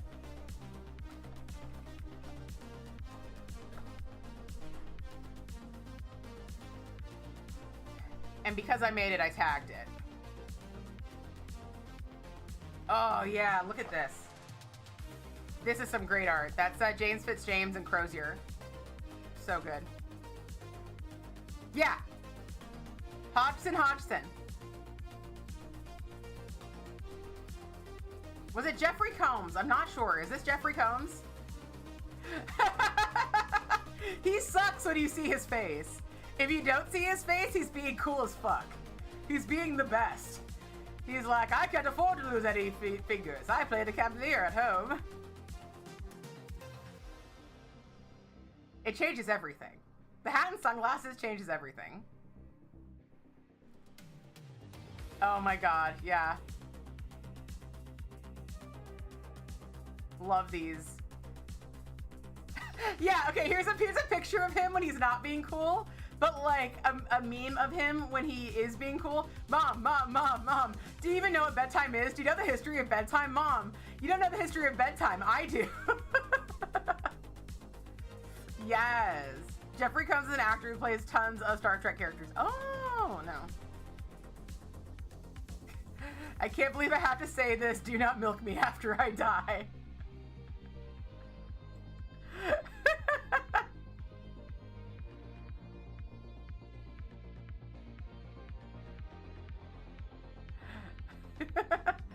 Anyway, oh my god. Guy who's forgotten the word cycle exists. The carousel of violence. I love Tumblr. Mentally, I'm a slut. Physically, I'm scared of intimacy. It's like the Groucho Marx. It's like the Groucho Marx glasses. That's exactly what happened with frickin' Hodgson.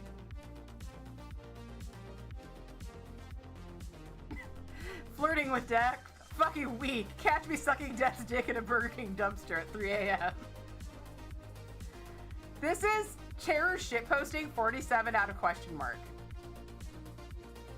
Man, I should have just searched my own blog for the Terror. I hope this email finds you a broken husk of a man. Oh my god. Oh my god, I love it. Where are mine? Terror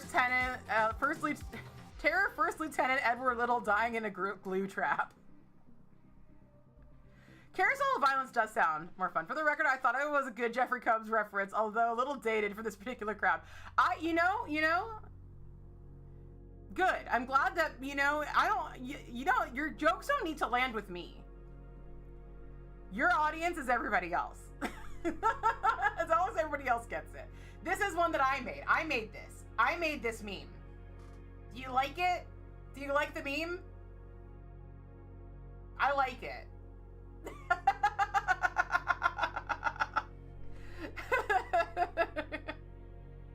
Star Trek is timeless. 1,075 notes, because I'm a Tumblr legend, okay? 1,000 notes is good for Tumblr. Maybe if you stopped focusing on reality and started focusing on the sex lives of Victorian sailors dying of exposure and scurvy, you'd feel better. That's my post. That's also mine. That one has 1,137, which again, is pretty good on Tumblr. Tumblr, niche fandom, pretty good. Ah, my boys! Sorry, I love these two men. I love them. I love them. This guy wants the other guy to talk about his feelings. This show has everything. This show has everything. It has a man bear pig, irredeemable gay guys, these two men having a heart to heart.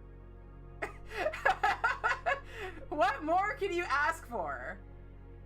It has a female character, one, and she wears so much clothes the whole time.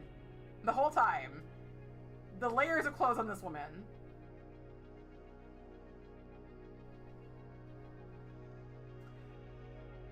It's so cold, I have to be strong, like Crozier.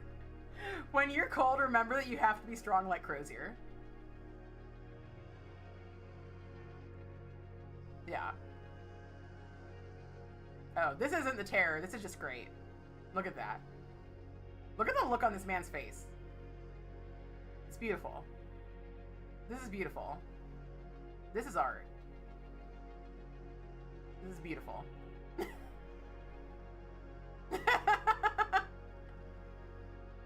I don't know why this...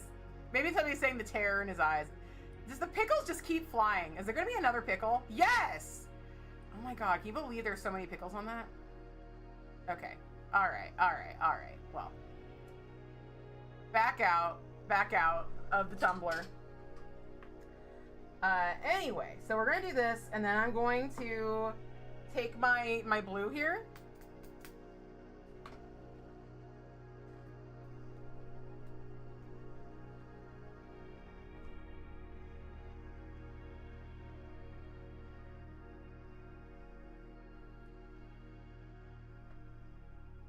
The thing about Tumblr is that no one's ever trying to make money or get famous on there. So it's just like a really nice place to be.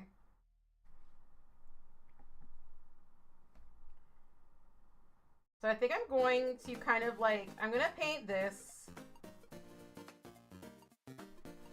so that it is there.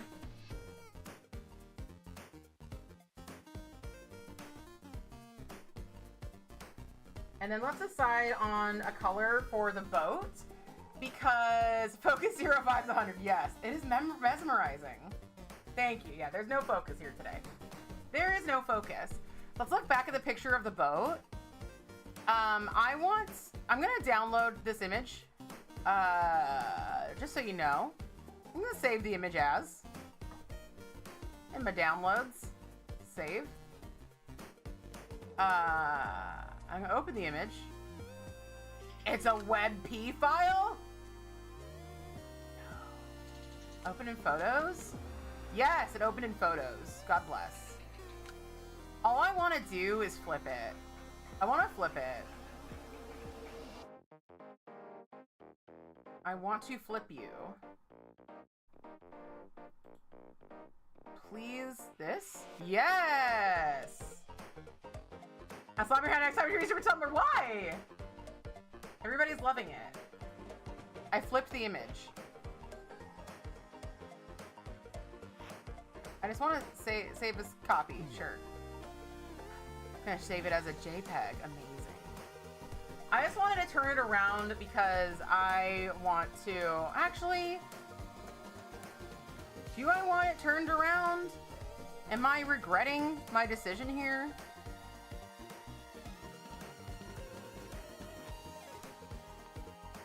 No, I want it turned around. Okay. So, now we need to get like a gray brown. I don't really know if I have a gray brown.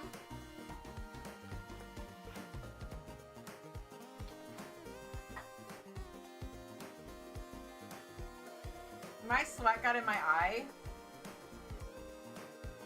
It doesn't feel good. It does not feel good, I'll tell you that much.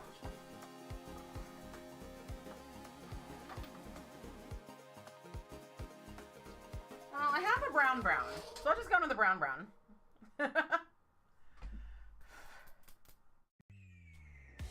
I need to shake this more because I'm not sure I've ever used this polish. But I just saw it and I said, you know what? These are Victorian men, so we're gonna use Victorian varnish.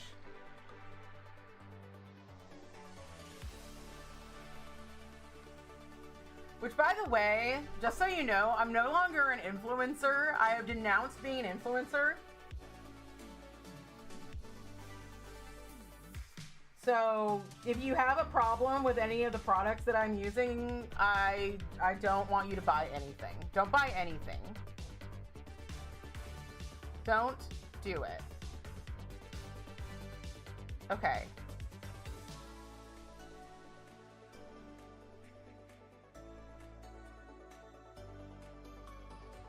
Got to figure out. Hold on. Let me pull this closer, Tony Danza, because I got to do some work. Ooh, this is nice, actually. I gotta like redo my brush.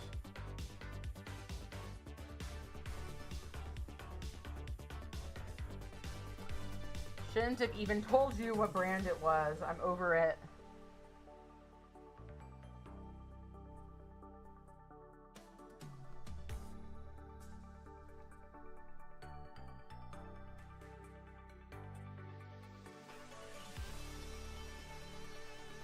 Hold on tight, Tony Danza. That's what, what's his name should have said to Bella.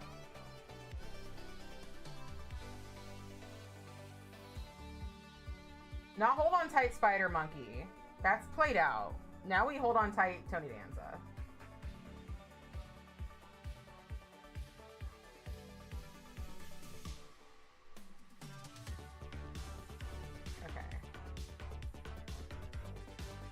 Might need this to be a little further back.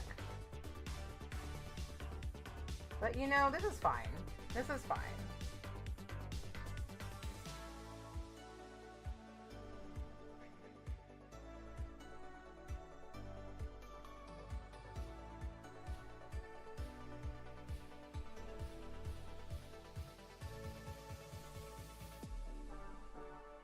just doing the general outline of this ship.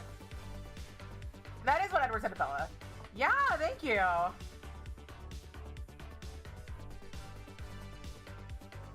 Yeah. Thank you for supporting my idea of not being an influencer. Frankly, I just want to hang out with y'all and have a good time.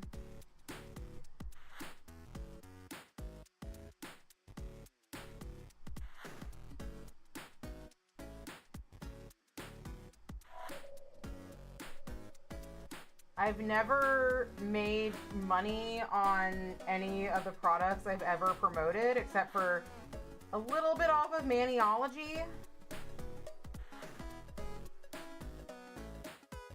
And I just don't really believe in making your hobbies your job anymore. So I do appreciate the extra pizzazz that I get from all y'all here on Twitch. It's really awesome, especially when, like, I have a low buy year, which has been many years now, like 2 years now, and, like, the stream completely pays for it. That's amazing. But what's important to me is having fun and providing like-minded people with a place to chill out and have fun. And of course, like, we play bingo, and I love playing bingo. And so that's a bit influency.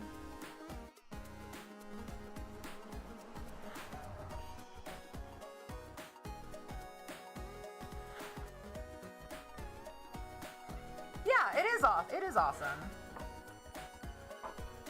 It is awesome when, if you're referring to when when stream pays for my nail polish. It's pretty sick, I do gotta say.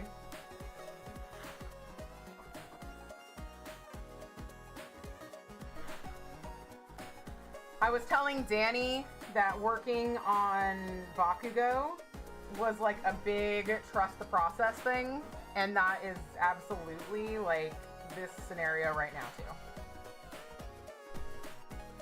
Like, this boat does not look good right now.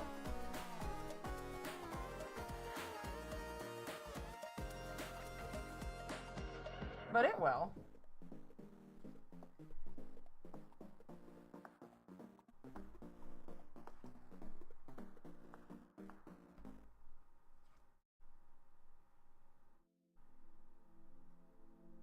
It will.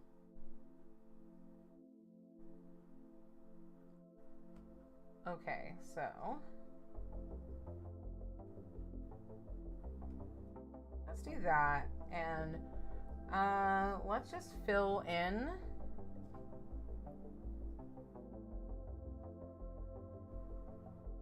we're gonna fill in the top half.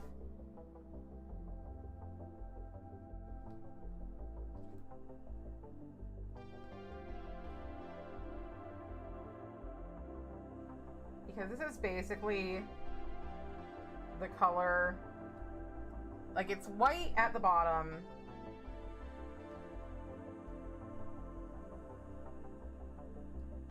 My thumb is just gonna be gray. I'm just accepting that right now. And the back of the boat goes down a little further. And then we'll come back with more white or blue, depending on what we need. Yeah. Oh, thank you. It only supports me if you pay, if you subscribe, which is fully optional. I don't run ads. One of the big things that whatever is best for you, because that's the thing, is that, like,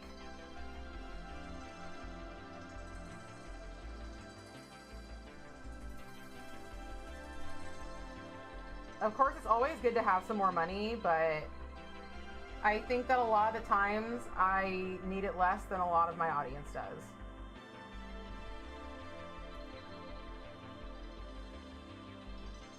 But I do love my subs, and I do think I make it worthwhile with the emotes and stuff like that.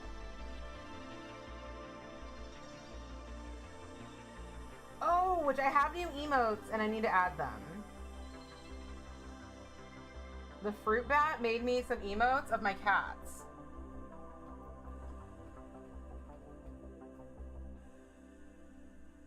Yeah, Shiitake PPU is fine, right? I've always succeeded when the process was trusted. Exactly, exactly. There have been times when the process was not as trustworthy as we originally thought it was, but the painting process usually works for me. It usually works for me. Just like, this boat needs to be a bit longer. Just a bit longer. Let's get it in there. Let's get it in there. We got this boat. Okay. All right, so let's go in with the gray again. What happened to the gray?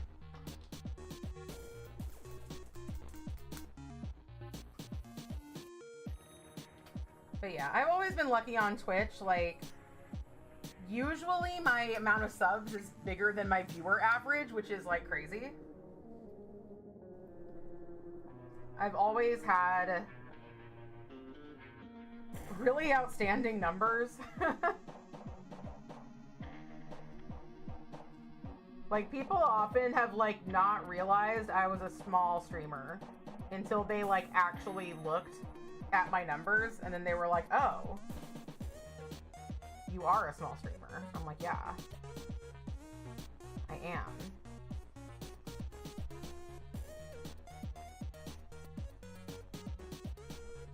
And I think that's because I just like doing what I like. So we're gonna fill this in with gray now. We'll go back over it with white.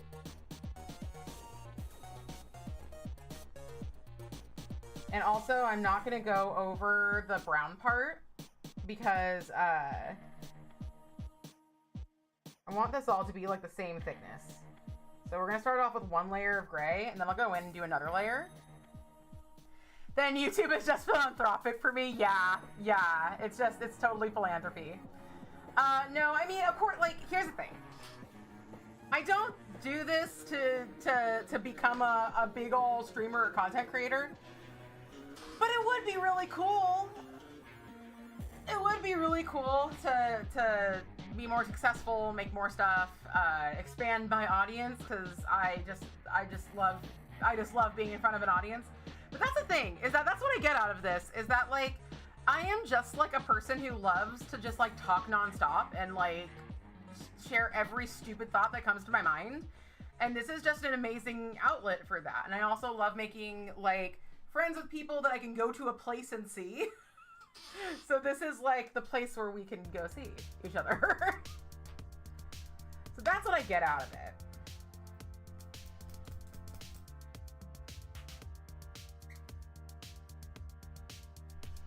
But I do feel like if my audience got too big, it would be less enjoyable for me and for y'all at the same time. I keep putting my freaking brush into this brown.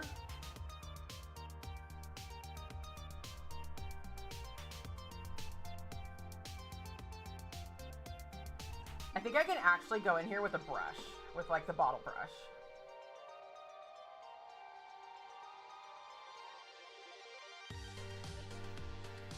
Do it this way. So one interesting fact about the Terror, the boat itself, is that for a long time it was lost. And it's really funny that it was lost. And the reason it's really funny is because, I mean, this doesn't sound like it would be funny, but the thing that makes it funny is that people are racist, and that's why it was lost for so long. Because the Inuit were like, they're like, do you know where the boat is? And the Inuit were like, yeah, it sunk over there. We saw it. I seen it. It sunk over there. And they were like, no, couldn't be. We will not look. Our eyes, they are broken. We won't look there. And then, like, in modern times, they started looking for the boats, and they were like, let's go exactly where the Inuit said to go. And wouldn't you fucking know it? The people who were there watching the boat sink saw the boat sink and knew where it was. Like, y'all? Hello? But anyway, the Terror itself actually sunk in a place called Terror Bay. Unrelated, like the name Terror Bay is unrelated to all this shit. But it was just sitting in the bottom of Terror Bay.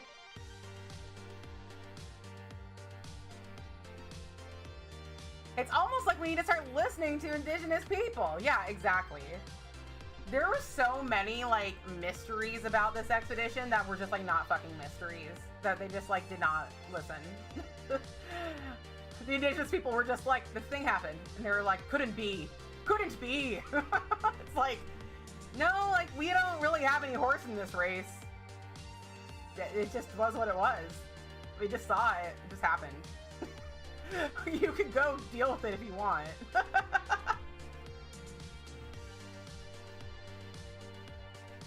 I would love to go.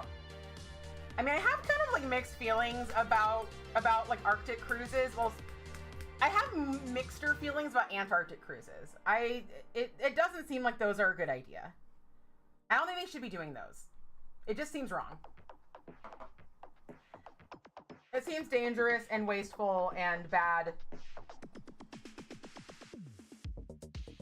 for the otherwise untouched Antarctic area. Have just like random tourists coming through. But I do think it'd be really fun to go on one of these terror tours. Or Franklin expedition tours. John Franklin's wife was actually kind of a gaslight gatekeep girl boss. And she's a character in The Terror as well. But the thing that they don't mention really is that she was one of the main people who like convinced him and the Admiralty to let him run this expedition in the first place.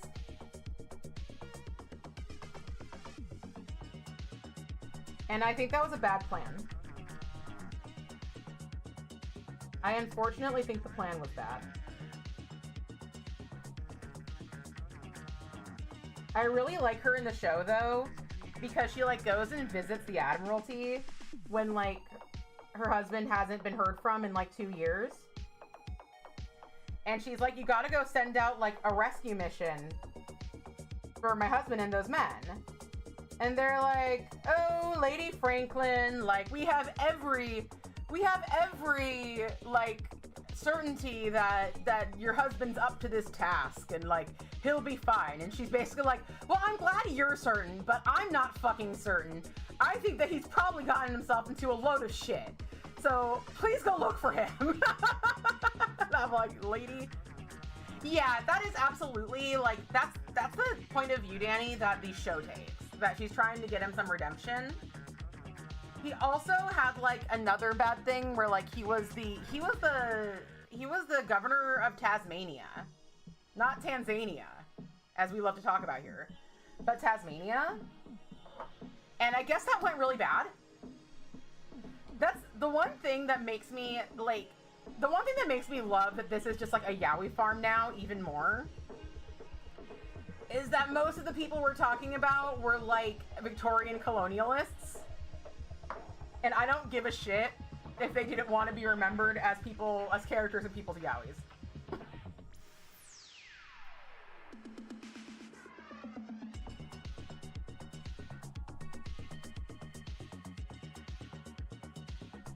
All right, this boat, TBH, looking pretty good. All right, let's fill in. I actually got a new set of nail art brushes and I left them downstairs. Yes, this guy's whole life tried, something went poorly. Allegedly, they were extremely kind and nice and cool people. I know that they were friends. Specifically, Lady Franklin was really good friends with Charles Dickens. And they were very philanthropic. But yeah, I mean, there's only like a frickin' Imperial Victorian ship's captain can only be so good, you know?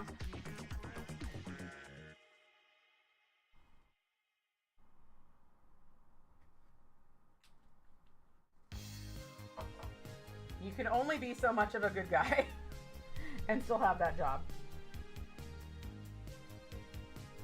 I'm just gonna have that be like bigger than I want it to be, but we're just gonna accept it.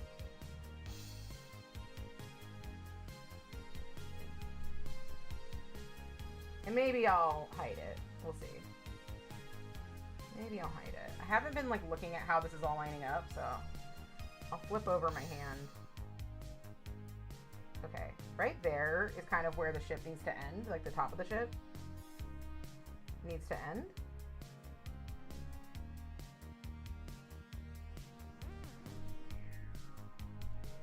And luckily, because the background of the sky is so bright, the sails can just be this very dark color.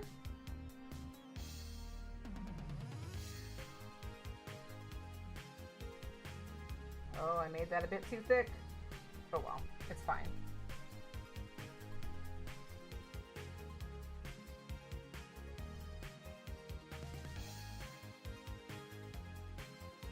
The funny thing is that like, because there was a good chance that his crew did see the Northwest Passage while they were starving to death. It's cat medicine time! There is a good chance, like, so there's a good chance that the crew saw the Northwest Passage, and because of that, Lady Franklin, like, went on this, like, mission to, like, get her husband named as the founder of the Northwest Passage, and she more or less succeeded. So there's all of these, like, frickin', like, statues everywhere of like Sir John Franklin, founder of the Northwest Passage, and it's just like really funny. And now it's just all Yowie. It's kind of like when it's like Orange County used to be all orange groves. Now it's like, this used to be English history, and now it's just all Yowie. But it's been good because he suddenly now likes pill pockets.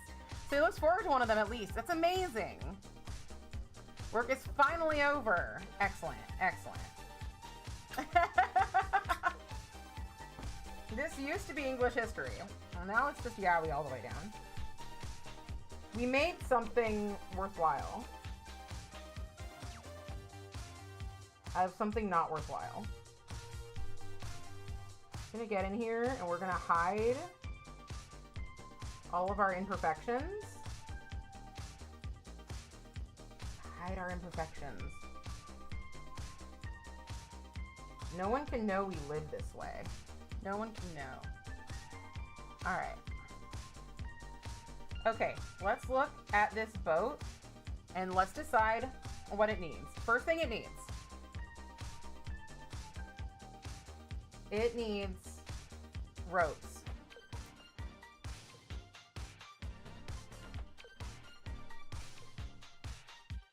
This might not be the first thing it needs, but we're gonna do it. I'm doing them from too far out.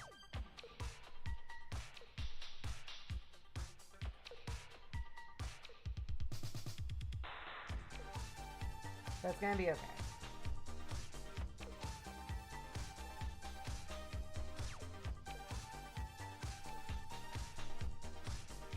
Oh, and these continue to go up, right? Yeah. They don't stop at the sale.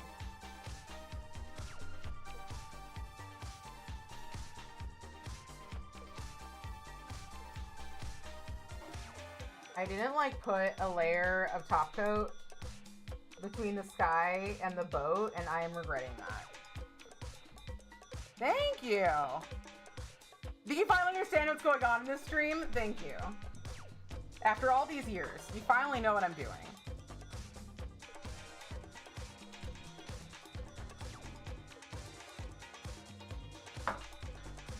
Alright, alright, alright, alright.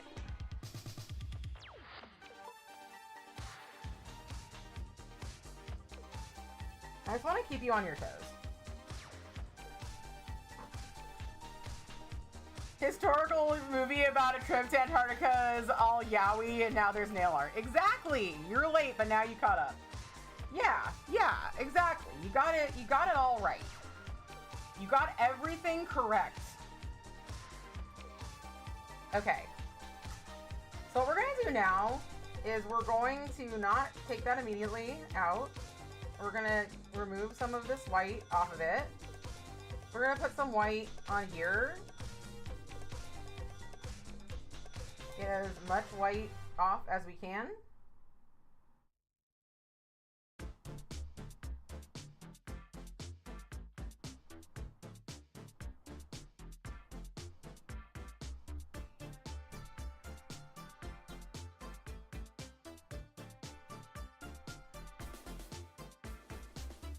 I only engage in the yaoi a little bit. I'm just a fan of its existence. Alright, so there's that. I want to draw this anchor. Have you were confusion for like an hour and a half. That's what I strive. That's what I strive for. Well, I didn't know what I was gonna do when I sat down. And then I realized that I wasn't gonna probably redo my nails until my birthday. Or until after my birthday. And so I was like, I gotta do birthday nails. And usually on my birthday, I do some sort of a, like, roundup or celebration of either the vibe of the year or things I did this year, that year, whatever year.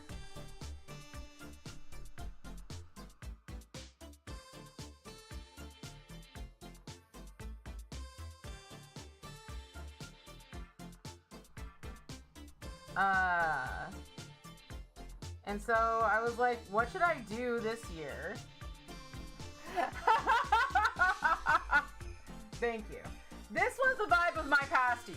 Of my past year, it was all Victorian men dying of scurvy and exposure and lead poisoning and cannibalism and man-bear-pig attacks. Like, this was my year. When I say it's gonna be my year, this is what I'm talking about. I'm like, it's my year. There are men in the walls.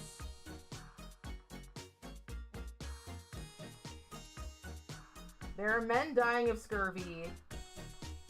And they're all baby girl.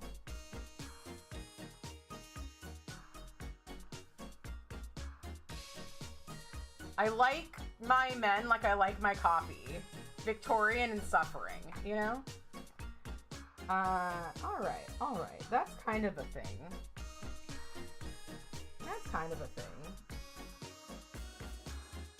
A thin brown line at the bottom so we can kind of still see that this is a... Yeah, we can kind of still see that that's, an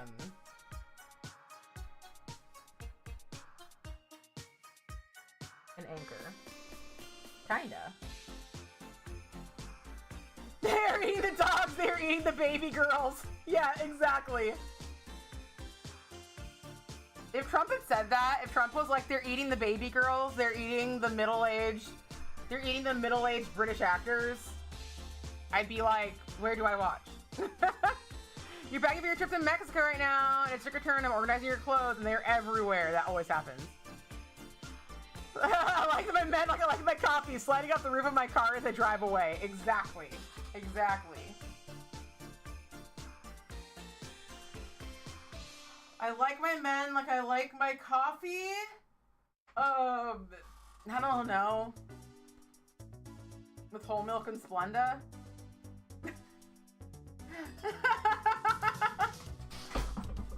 Is that a thing? Is that a thing? All right, we're gonna do some mixing, some fun mixing times. Because we gotta do some contrast on this boat. So I guess I'm just gonna mix white with this gray.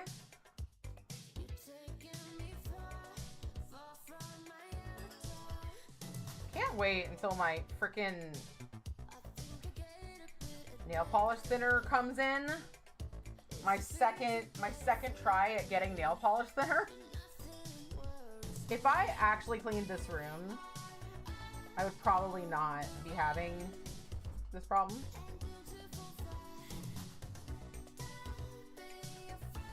All right, that looks like a beautiful gray brown.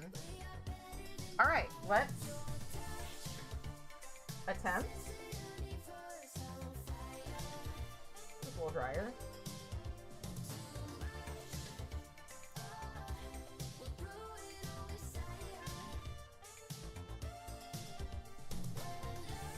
Let's attempt.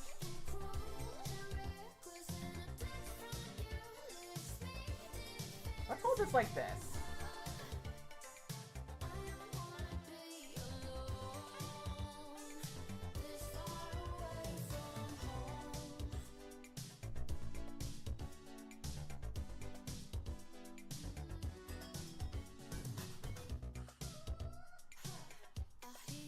There we go.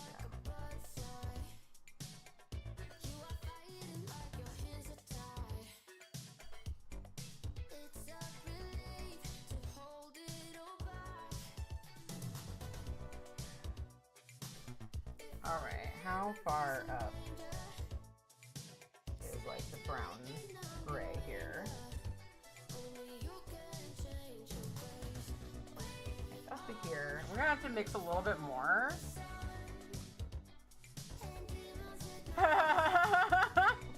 You don't like coffee, so where does this lead you sexually?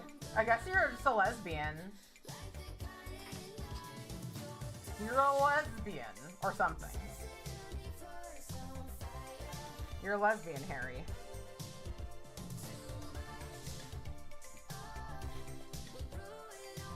A what?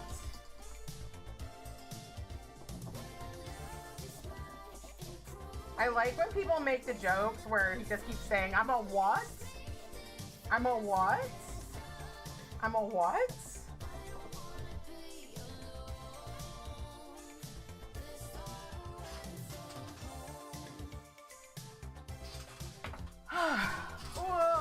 Because they got all set off the roof of your car. Your sexuality is Jean-Luc Picard, true for most people. Yes, absolutely. My butt's falling asleep. 2:20. I think we should still have enough time to really get this down.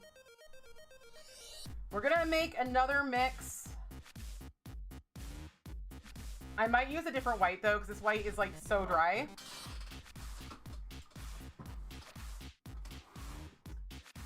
It doesn't even have to be a pure white. I mean, I guess I could just use like the gray or the blue. And I have like my I have my other white here too. I'll use this blue because I think that maybe having a slightly different color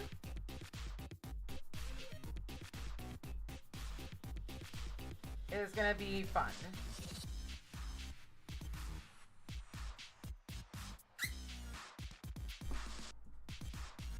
Let's get into this blue.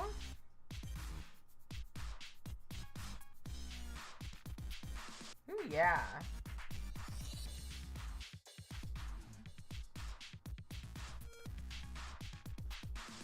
And I'm gonna need to come back and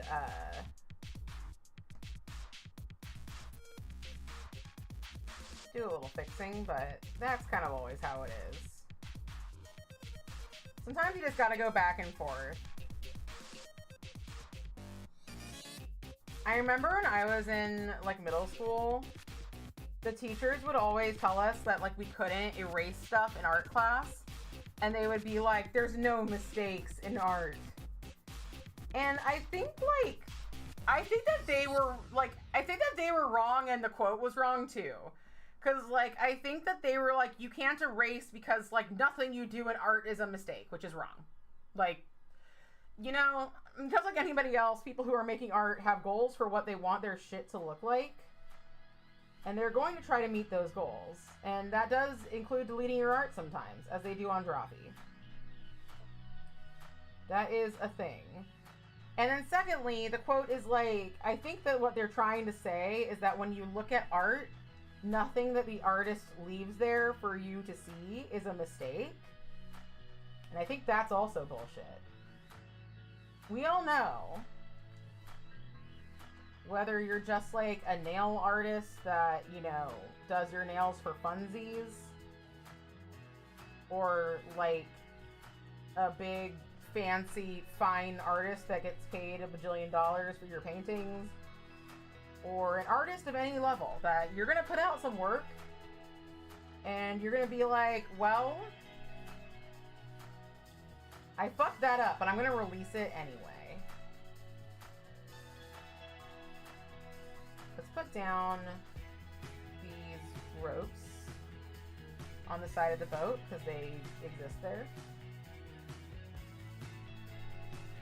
And then I would say we're like pretty much there for this kind of like looking correct. Let's take this blue. And we'll stipple a bit around the base. But I think this is a pretty good, like, just kind of like representation of a boat.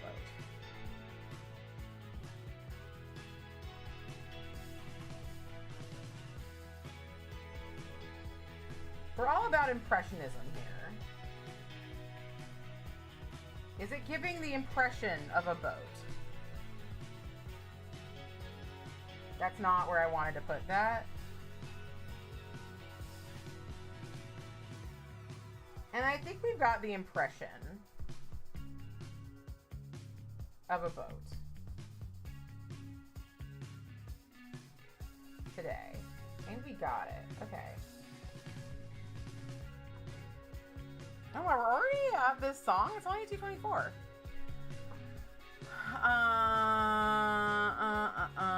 One of my favorite things is complimenting the aspect of someone's mani and they say that was a mistake and just happens to look okay. Yeah.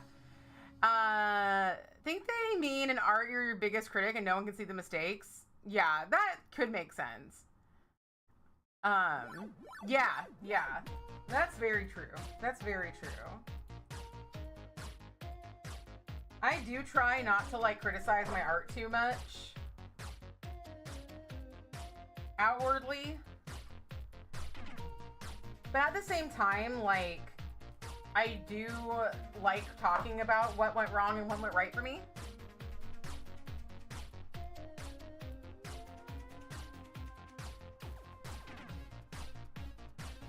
Because I do like learning from my mistakes.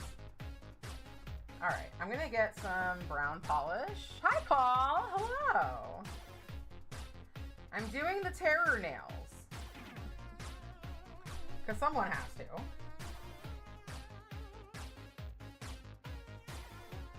Someone's gotta do it, it might as well be me. How are you doing, Paul? I saw you have a new apartment. Do you have a German Shepherd? I didn't know you had a German Shepherd. I like German Shepherds a lot.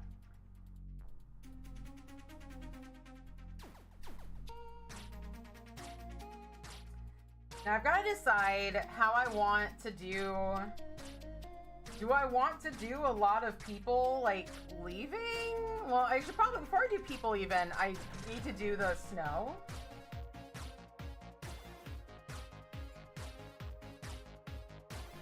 So let's, like, put this down, and then I'm going to, like, just kind of get this sponge. I'm gonna kind of get this sponge. By the way, 5 p.m. PST. 5 p.m. PST, we were watching Danny's favorite movie. It's called Secondhand Lions. I've never seen it, but I know that it's a family fun frolic. It's got Michael Caine and Haley Joel Osment in it. So if you would like to join us to celebrate Danny's birthday with her favorite movie, please join us to celebrate Danny's birthday with her favorite movie. And then next week, we're going to watch my favorite movie, which is The Best Little Whorehouse in Texas.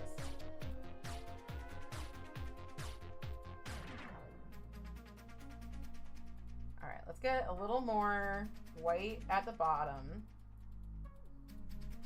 A little more white at the bottom. Only a smidgen of child abuse. Okay, okay. You know, these heartwarming movies always have something like that. Always have something like that. Do I sound really quiet? Does anybody else think I sound really quiet? Nobody said that today, but I would believe you. I always thought the mistakes were ultimately just part of the process getting towards finished product, and thus weren't actually mistakes. I mean, I think that those are all valid interpretations. I don't really think, though, that our teachers telling us not to erase stuff was like, I mean, I do see where they're coming from, because I'm sure with kids, it can be really frustrating, because you're like teaching them art, you have a limited amount of time, and then like if one of them just keeps like starting over and doesn't finish, that's not very fun for them, that's not very enriching for them. So I can get that, but at the same time, like, I don't know, I feel like much like many things in my life, I feel like there's things that like I was taught in school that like hindered my creativity later. And I think that was one of them.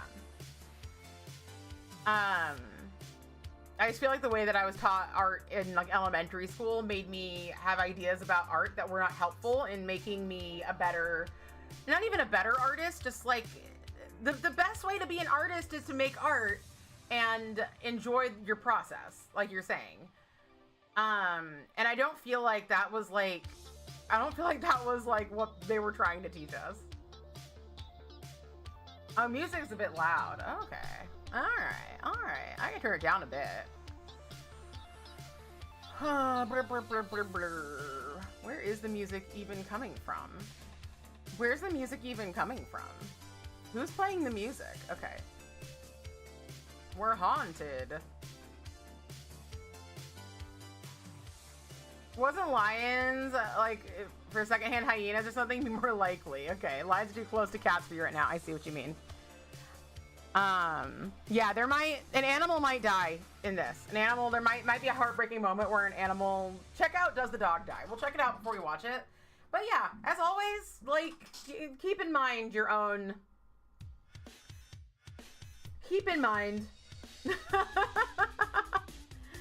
limitations. I don't want to draw a million dudes.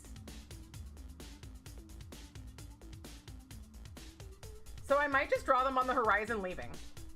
Let's just draw them on the horizon leaving. On a better device, I miss you visiting too. Little kids get so stumped and upset why they can't make something like they see in their heads. Yeah, exactly.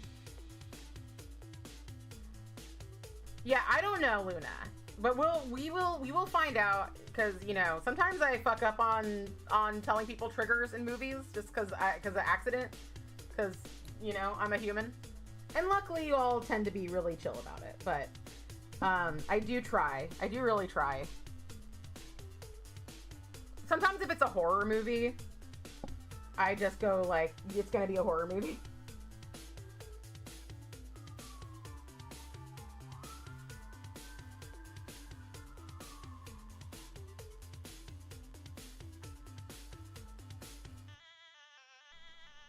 We are drawing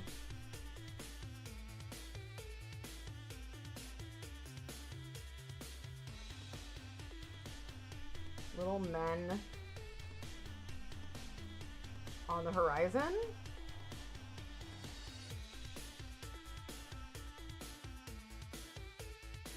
And maybe some boats.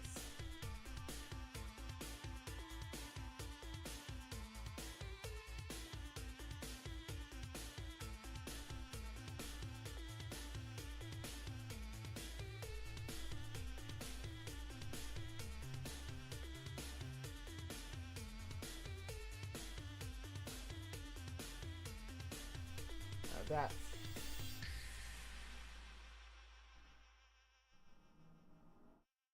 That little man is too big, so it's going to become another boat. Because they use their boats as sleds.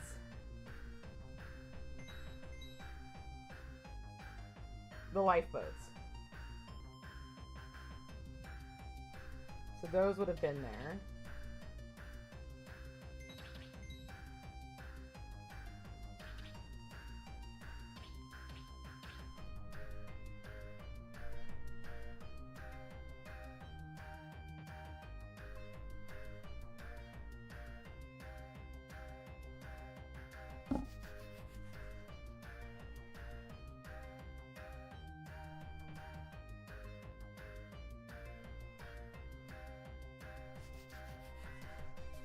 So there we go. We're gonna have them walking out that way, and I think I am gonna do a bit more white up here in the corner.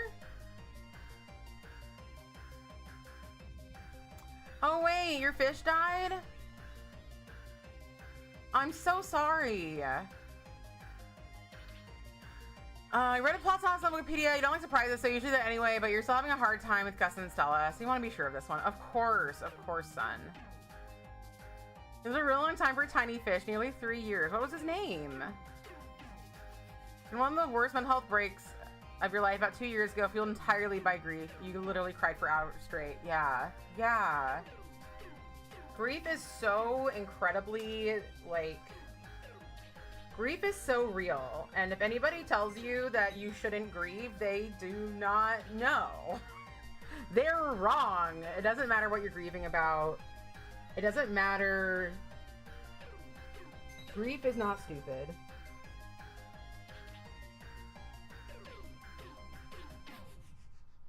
We all must do it.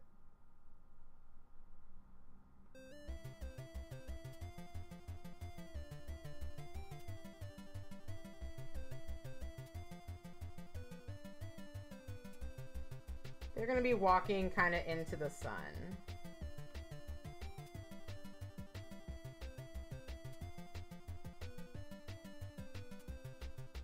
Into the overcast sun.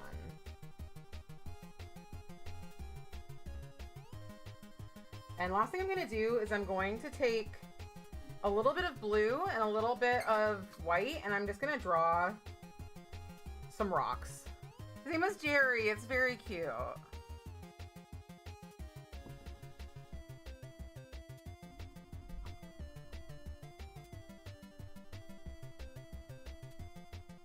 I like that a lot.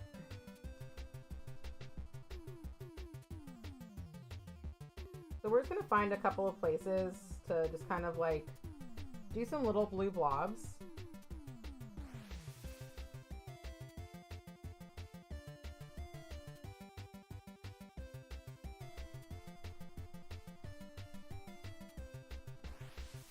And then we're gonna do a few little white blobs on top of the blue blobs so I can find them again.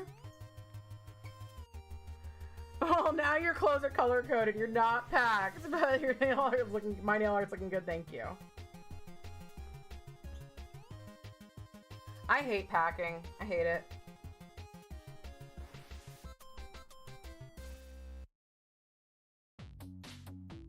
Okay, sun's coming from that way.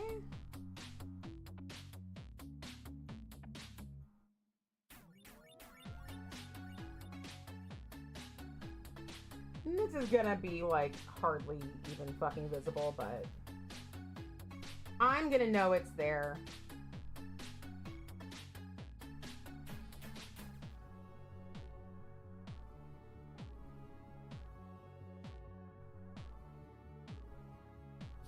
Okay.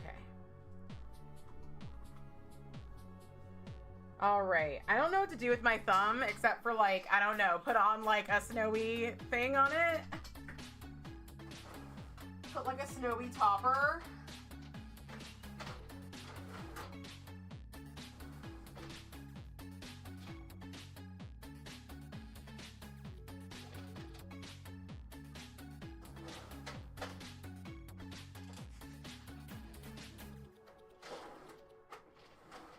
Let's try out celestial lights on it.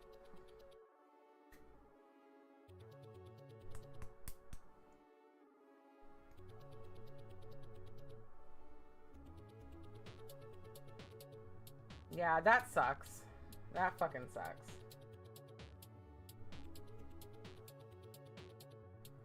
I think a lot of us have times in our life where it's just like everything kind of feels like it's falling apart. And yet we survive. The horrors persist, and so do we. And I think that that's amazing for all of us. And I think we should respect the times. We should respect the times where we feel like we can't go on. And also have the knowledge that we can. Yeah, a lot of us have. If anything happens to Shepard... No, it didn't.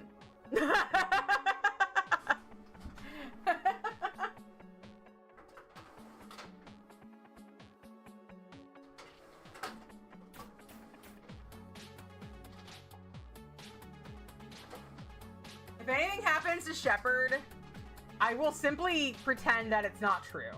I will lose it. See me carting around this dead cat's corpse, just like, she's fine! Don't you see? He's fine. She's fine. Deny, deny, deny. We are staying in denial. I like it here. You visited his grave right before the stream and put a flower pinwheel out there for him. Aww. Break through the ice just like the Terror did. Never finished the story. The Terror did not. The Terror did things. French how you are at the moment. You're deny, deny, deny. Well, in DBT, they actually tell you to turn the mind into acceptance. Turn the mind, you know, you gotta say like that's like, I had to do that a lot when my surgery first got canceled. I just had to be like, you must accept that this is what's happening. Like, that there's a good chance it will not be fixed.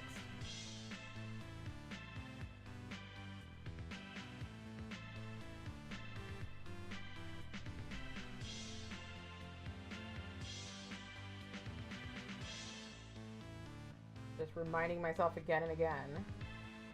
But yeah. All right.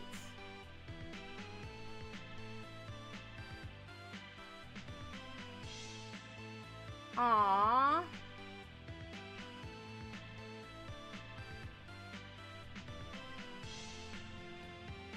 Alright, let's clean up the nails. Let's clean up the nails. What time is it? It's 12:39. We still have time for the other hand, actually. Which is fucking insane. When I was doing my nails for Danny, I also took almost exactly 3 hours.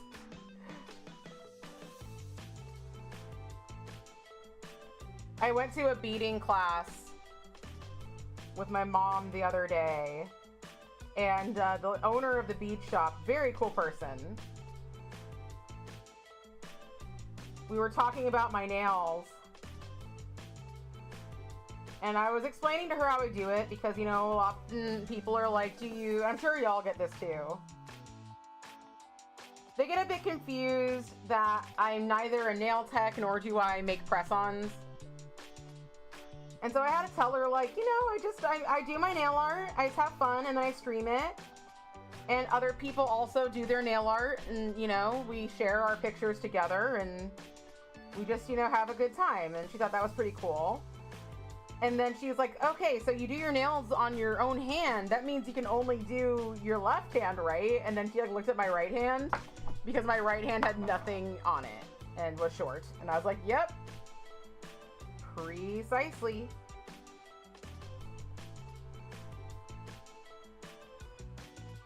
Sometimes I just walk away. Then there's nothing on my other hand. And that's just fine. Parallel play, exactly.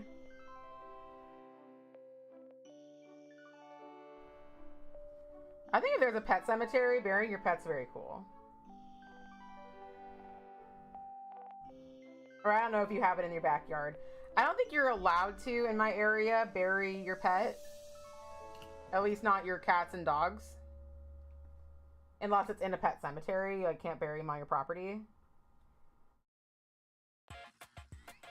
I don't know what I want to do with Shepherd when she dies, or Neko.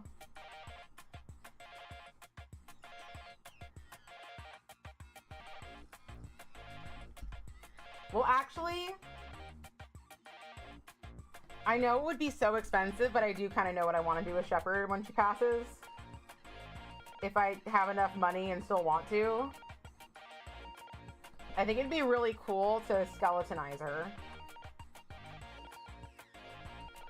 To like take her to a taxidermist and have them just like articulate her skeleton for me. Oh, that's really nice.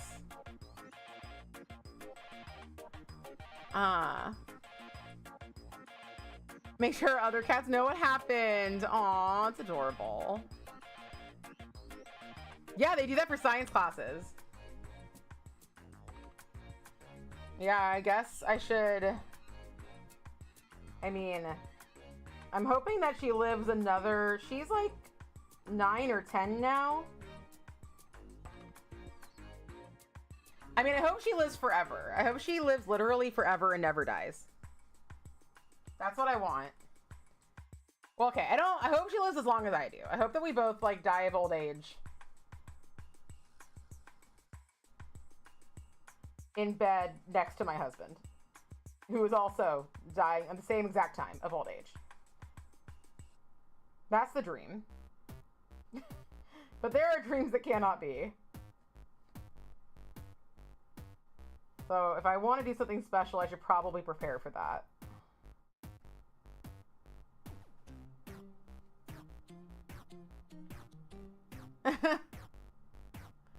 All the pet spirits around it.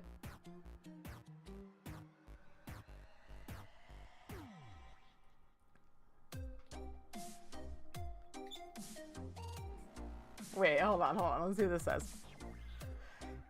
My grandpa buried their Great Pyrenees in his backyard, and I'm pretty sure that's not legal because it's like a whole human. But he also worked for the city creating plumbing systems for like 40 years and had all the specs of his property memorized. Yeah. Yeah, I would say that even if that's not legal, it's definitely a victimless crime, you know?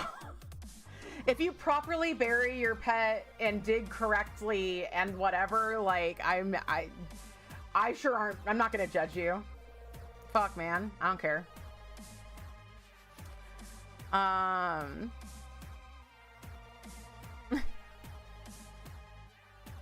Oh my god. 19. That's what I want for Shepherd. That's what I want for Shepherd. 19 years old. 19 years old and still going strong. I want her to be the oldest cat in history.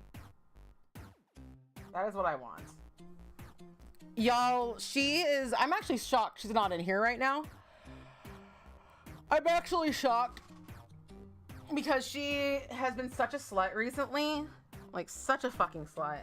I'm looking for my top coat. I don't know what happened to it.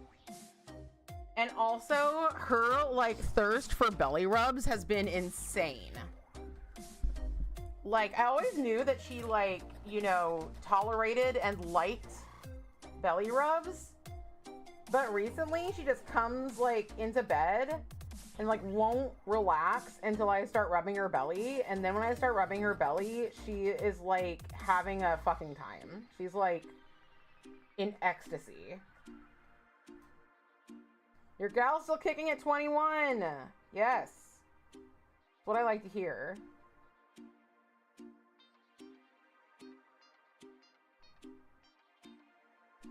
She came and sat on my lap during DBT yesterday, and somebody in the, like, one of the other people in my group was like, that cat is glorious! And I'm like, I know. Pretty sweet cat, you might say.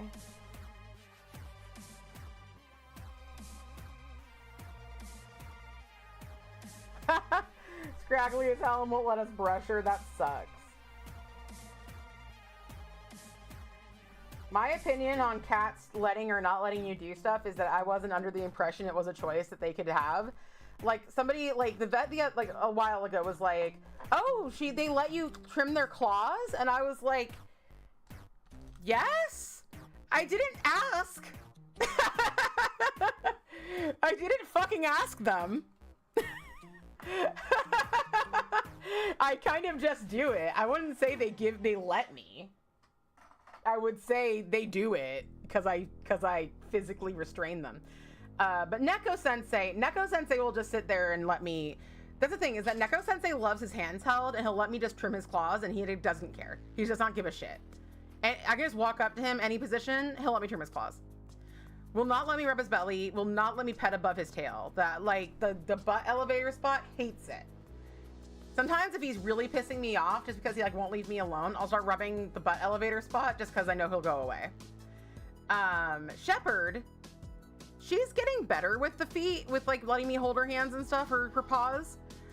She does let me trim her claws, like, I do trim her claws, but, like, yeah, that's not her thing, but the belly rubs are her thing. Your Bowie cat lives to 17, died of kidney failure, probably from the arthritis meds. Oh, but she was more comfortable and happy in the last years. Yeah, it's got to be a balance sometimes. It's got to be a balance. He only had to live through one Trump presidency. You know, we should all be so lucky. Oh, she passed away almost 4 years ago now. I have her ashes. We have the ashes of my cat Ramses, who was like the shepherd before Shepherd. I thought I'd never meet a cat as special as Ramses. Ever. And Shepherd and Ramses are special in different ways. Ramses also let me hold his paws, if I remember correctly. And he was a great spooner. Oh my God. And also, he loved being outside so much. He would like get outside, and we like got a dog. We had a dog door, and he would get out the dog door, and we didn't want him to get outside because like we didn't have outdoor cats, but when they did get outdoors, they would get eaten by coyotes, which is why we didn't have them. And so we were like, we need him to not be going outside. So we got like a special electronic dog door that like only like you had to have a magnet. Oh my God, I totally forgot to put the light over here. I'm sorry that, whoopsies. I'm sorry it's been darker than normal today. Shit. I thought it was darker, but then I was just like, whatever. Here's the terror, by the way. If you even care. I know you care. This is it. But, he trained the dogs to stand at the door and let him out. He would go and stand there and cry until our dog Maggie would go and stand there and let him out. And so, like, at night, if I closed my door, thank you. If I closed my door and wouldn't let him in, he would go cry at the dog, have the dog let him out, climb onto the roof and cry at my window. And if I didn't let him in my window, he would go back downstairs and then back upstairs again inside and cry at my door. And he would repeat that until I let him in. Thank you. Thank you. Too busy talking dead cats. It's so true. I'm going to grab another nail polish. I have some ideas. So I think I'll do the one I've been thinking of.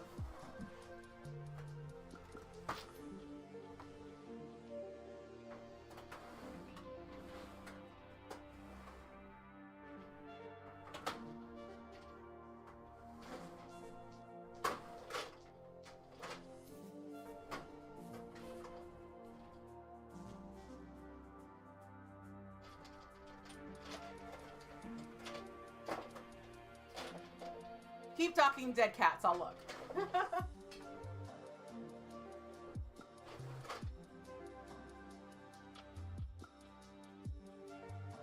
There it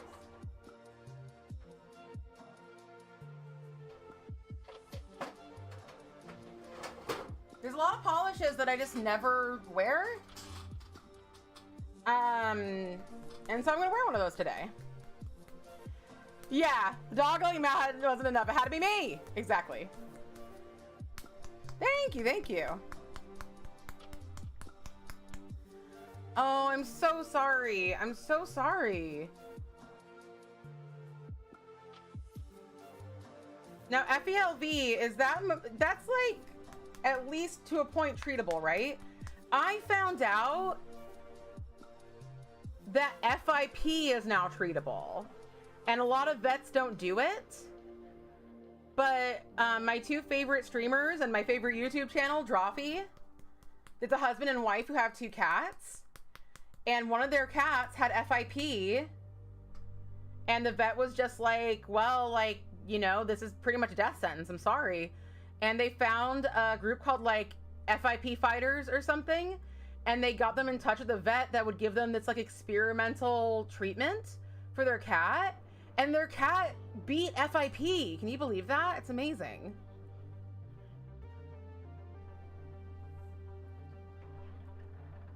Yeah. Yeah. If I miss anything you said, it's because, you know, it's because that's the nature of the beast. Yeah, it is very expensive, and hopefully it'll stop being so expensive. But it's amazing that they do that. One of your fosters had it. And did it beat it?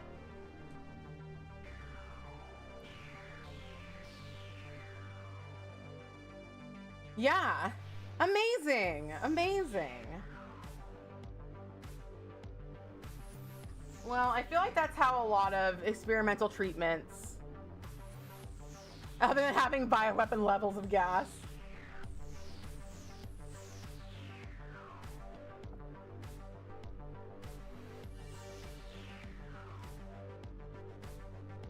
Well, hopefully someday everything will be cheaper. Not gonna be today or tomorrow.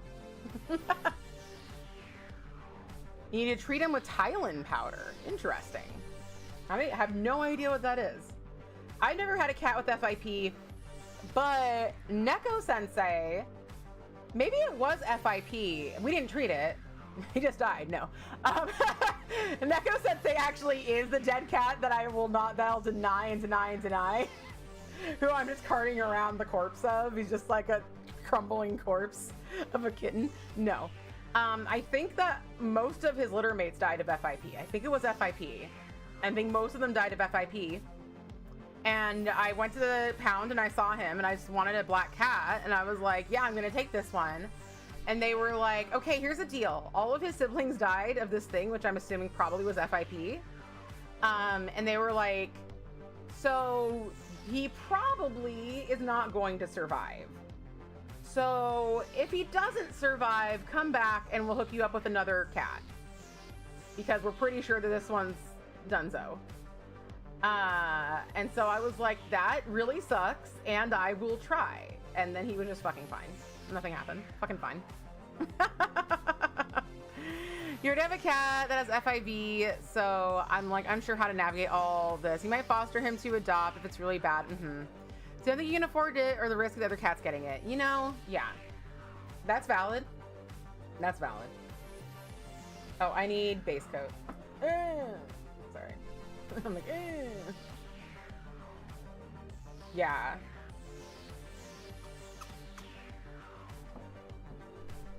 No, I don't want my cats getting anything. You get nothing.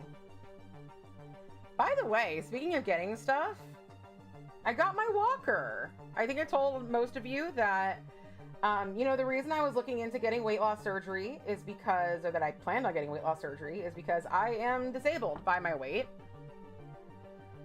When you know, I can often do some physical stuff, but then I will literally be like out for days. And when I saw Priest in January, I was out for days after, and also like waiting, it started to get so painful to stand. And like when you're in a concert like that, that's not a seated concert, there's just like, there's nowhere to lean, there's nowhere to sit. You just have to stand, and it was awful. So I got this awesome walker, and I built it, and it's so sturdy, and the seat's wide enough for my butt. Thanks for hanging, Allie. Thank you, thank you, thank you. Yeah, exactly. But the thing is that almost all the bands I want to see are standing room only. Like, there's a few that are like famous bands, like especially famous old bands. Like a few years ago, Hubs and I saw Styx, and one of their openers was Joan Jett, and that had seats.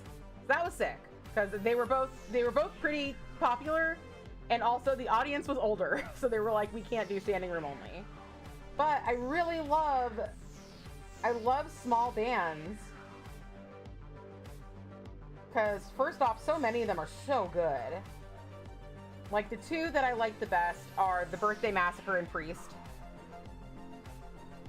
And they do standing room only. So I was like, I need a seated walker.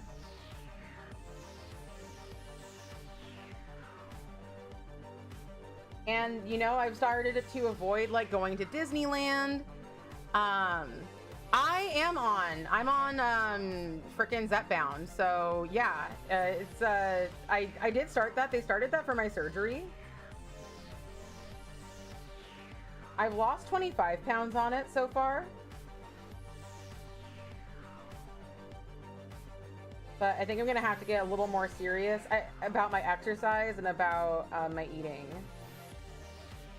as well. It is definitely easier for me to, like, not over order now. Well, the thing is, I don't want to rent a wheelchair.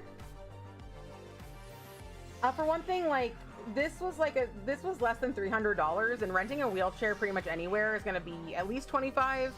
And so if I do it everywhere and then I only get to go to places that have wheelchairs or have to rent it and figure it out, this is gonna be really, really nice because, like, I can just put it in the back of my car and then I can exercise, but then when I need a break, I can sit.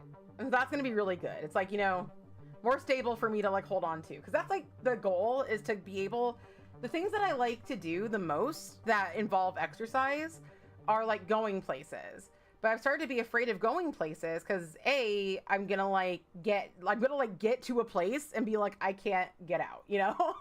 Like, I don't have enough energy to get out. And then also, I want to be able to, like, to actually do the exercise, to actually do the walking. And so I think that if I just have an option to sit, like, when I'm at the concert, I'm gonna want to stand up and dance. So, like, I'll be able to just stand there with my walker. When the band comes, I'll be able to, like, stand there and dance. And then, like, during the breaks, like, there's always, like, a 20 to 40 minute break between bands where they have to set up the other band. I can just sit. But yeah. In the past, I've rented wheelchairs and I've rented ECVs.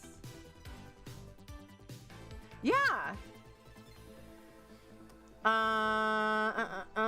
Yeah, you get the thing. You just get drunk at concerts. Doesn't help afterwards, though. Yeah. Yeah, that is great that you lost so much weight, Carolyn. That's really awesome. So yeah, I think I am gonna stay on the Mounjaro for the Zepbound, which is Mounjaro for now. I've still got 2 more months of this cycle, and then I'll hopefully go up. But I need to talk to my person because I did get approved for the surgery. I just have decided that I don't think I want to do it right now. Because sadly, if things continue the direction they're heading with the Trump administration, I worry I'm not going to have control over my life. As an outspoken queer person, as a person who is on every single medication that RFK is against, as a person who's been outspoken against the genocide in Palestine, and outspoken in my hatred of Donald Trump, I don't know if I should be getting my stomach permanently shrunk right now and, you know, have limits on the amount of water I can drink and things like that. Yeah, exactly. So I'm just worried that there's going to be some fuck up where like my insurance is like, well, we only wanted you on those pills or on those injections for this amount of time because you were going to get surgery. Now you didn't get surgery. But, like, I have until I'm 70 to get the surgery. 70 years or 500 pounds, neither of which I am close to. So.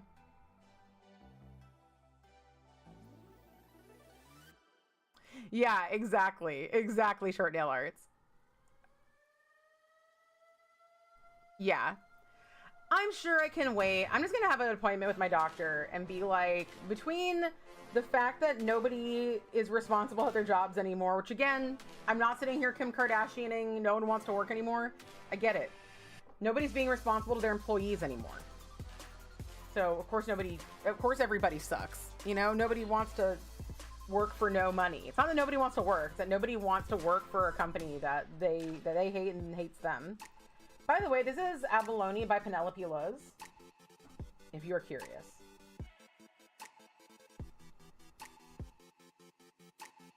Old PPU buy.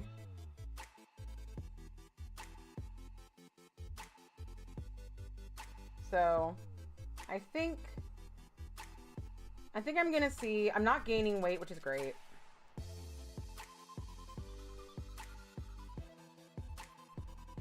And if I can get myself out more, get myself exercising more, find some more things that I enjoy doing. Because, like, other than freestyle dancing, which I can do at concerts, I actually, like, fucking hate moving my body. I'll be honest with you. There are things that involve moving my body that I love doing. And that I will do.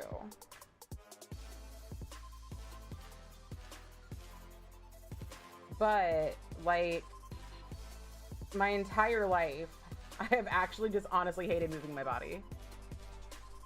And I've always been active. I've always done, like, dance and theater and all that other stuff, but I just hate moving my body. Non-binary disabled communists, so in right now. You're so right. You're so right. Something you go and the people around you can really ruin the vibes. Yes, at a concert. Is that what you're talking about? Yeah, they can. One time it was really funny. I was at a Flogging Molly concert. And I was in the Grove at Anaheim, and like it's kind of got this like tiered seating scenario where it's like they either put in chairs or it's standing room. But if it's standing room, you can stand up against like a bunch of these different barriers and like lean on it. So it's really nice. So we were like standing up against this barrier, and like behind us there was a mosh pit happening. We weren't at the front. It was just like we were like 3 things back, and like there was a mosh pit happening. And like some guy came over and just started like fucking wailing on me. And I was just like, I was like not trying to be a part of this. I did not place myself in a mosh pit. I placed myself in a place where people were standing. But then like, I think the people he was with, I think he was just drunk as fuck. They just came over and they just like grabbed him and like turned him around. It's really funny. So it ended well. It ended well. Yeah, the only time I like to move is at concerts and sometimes gardening. Sometimes I get this thing where in ADHD, they say like you're being powered by a motor. But yeah, like I will do activity if it's part of something I want to do. If I'm like, I need to do this thing, I'm gonna like do this thing at the house. Like I will do that thing. And then, but like other than that, if I have to like stand up to do anything, I'm just like, this is a tragedy. I have to stand up from my seat. Like, I'm surprised my legs aren't just like solid blood clots. like obviously I do get up and I do walk around, but I could do it more for sure. PPU spoilers are up. Mosh pits are scary. They should scare you. They should scare you. You'd be stupid not to be scared. You'd be ignorant not to be scared. All right, everybody. It is, especially as it's movie night time, 5 p.m. PST. 5 p.m. If you ever don't know when it is, 2 hours after stream. Because I need time to chill. So 5 p.m. PST, we're going to be watching Secondhand Lions. Check spoilers if you're worried. It's going to be like a heartwarming and also somewhat, you know, it's like bittersweet. I think I've never seen it. Hi, Kadachi. Hi. Kadachi's always here, just like.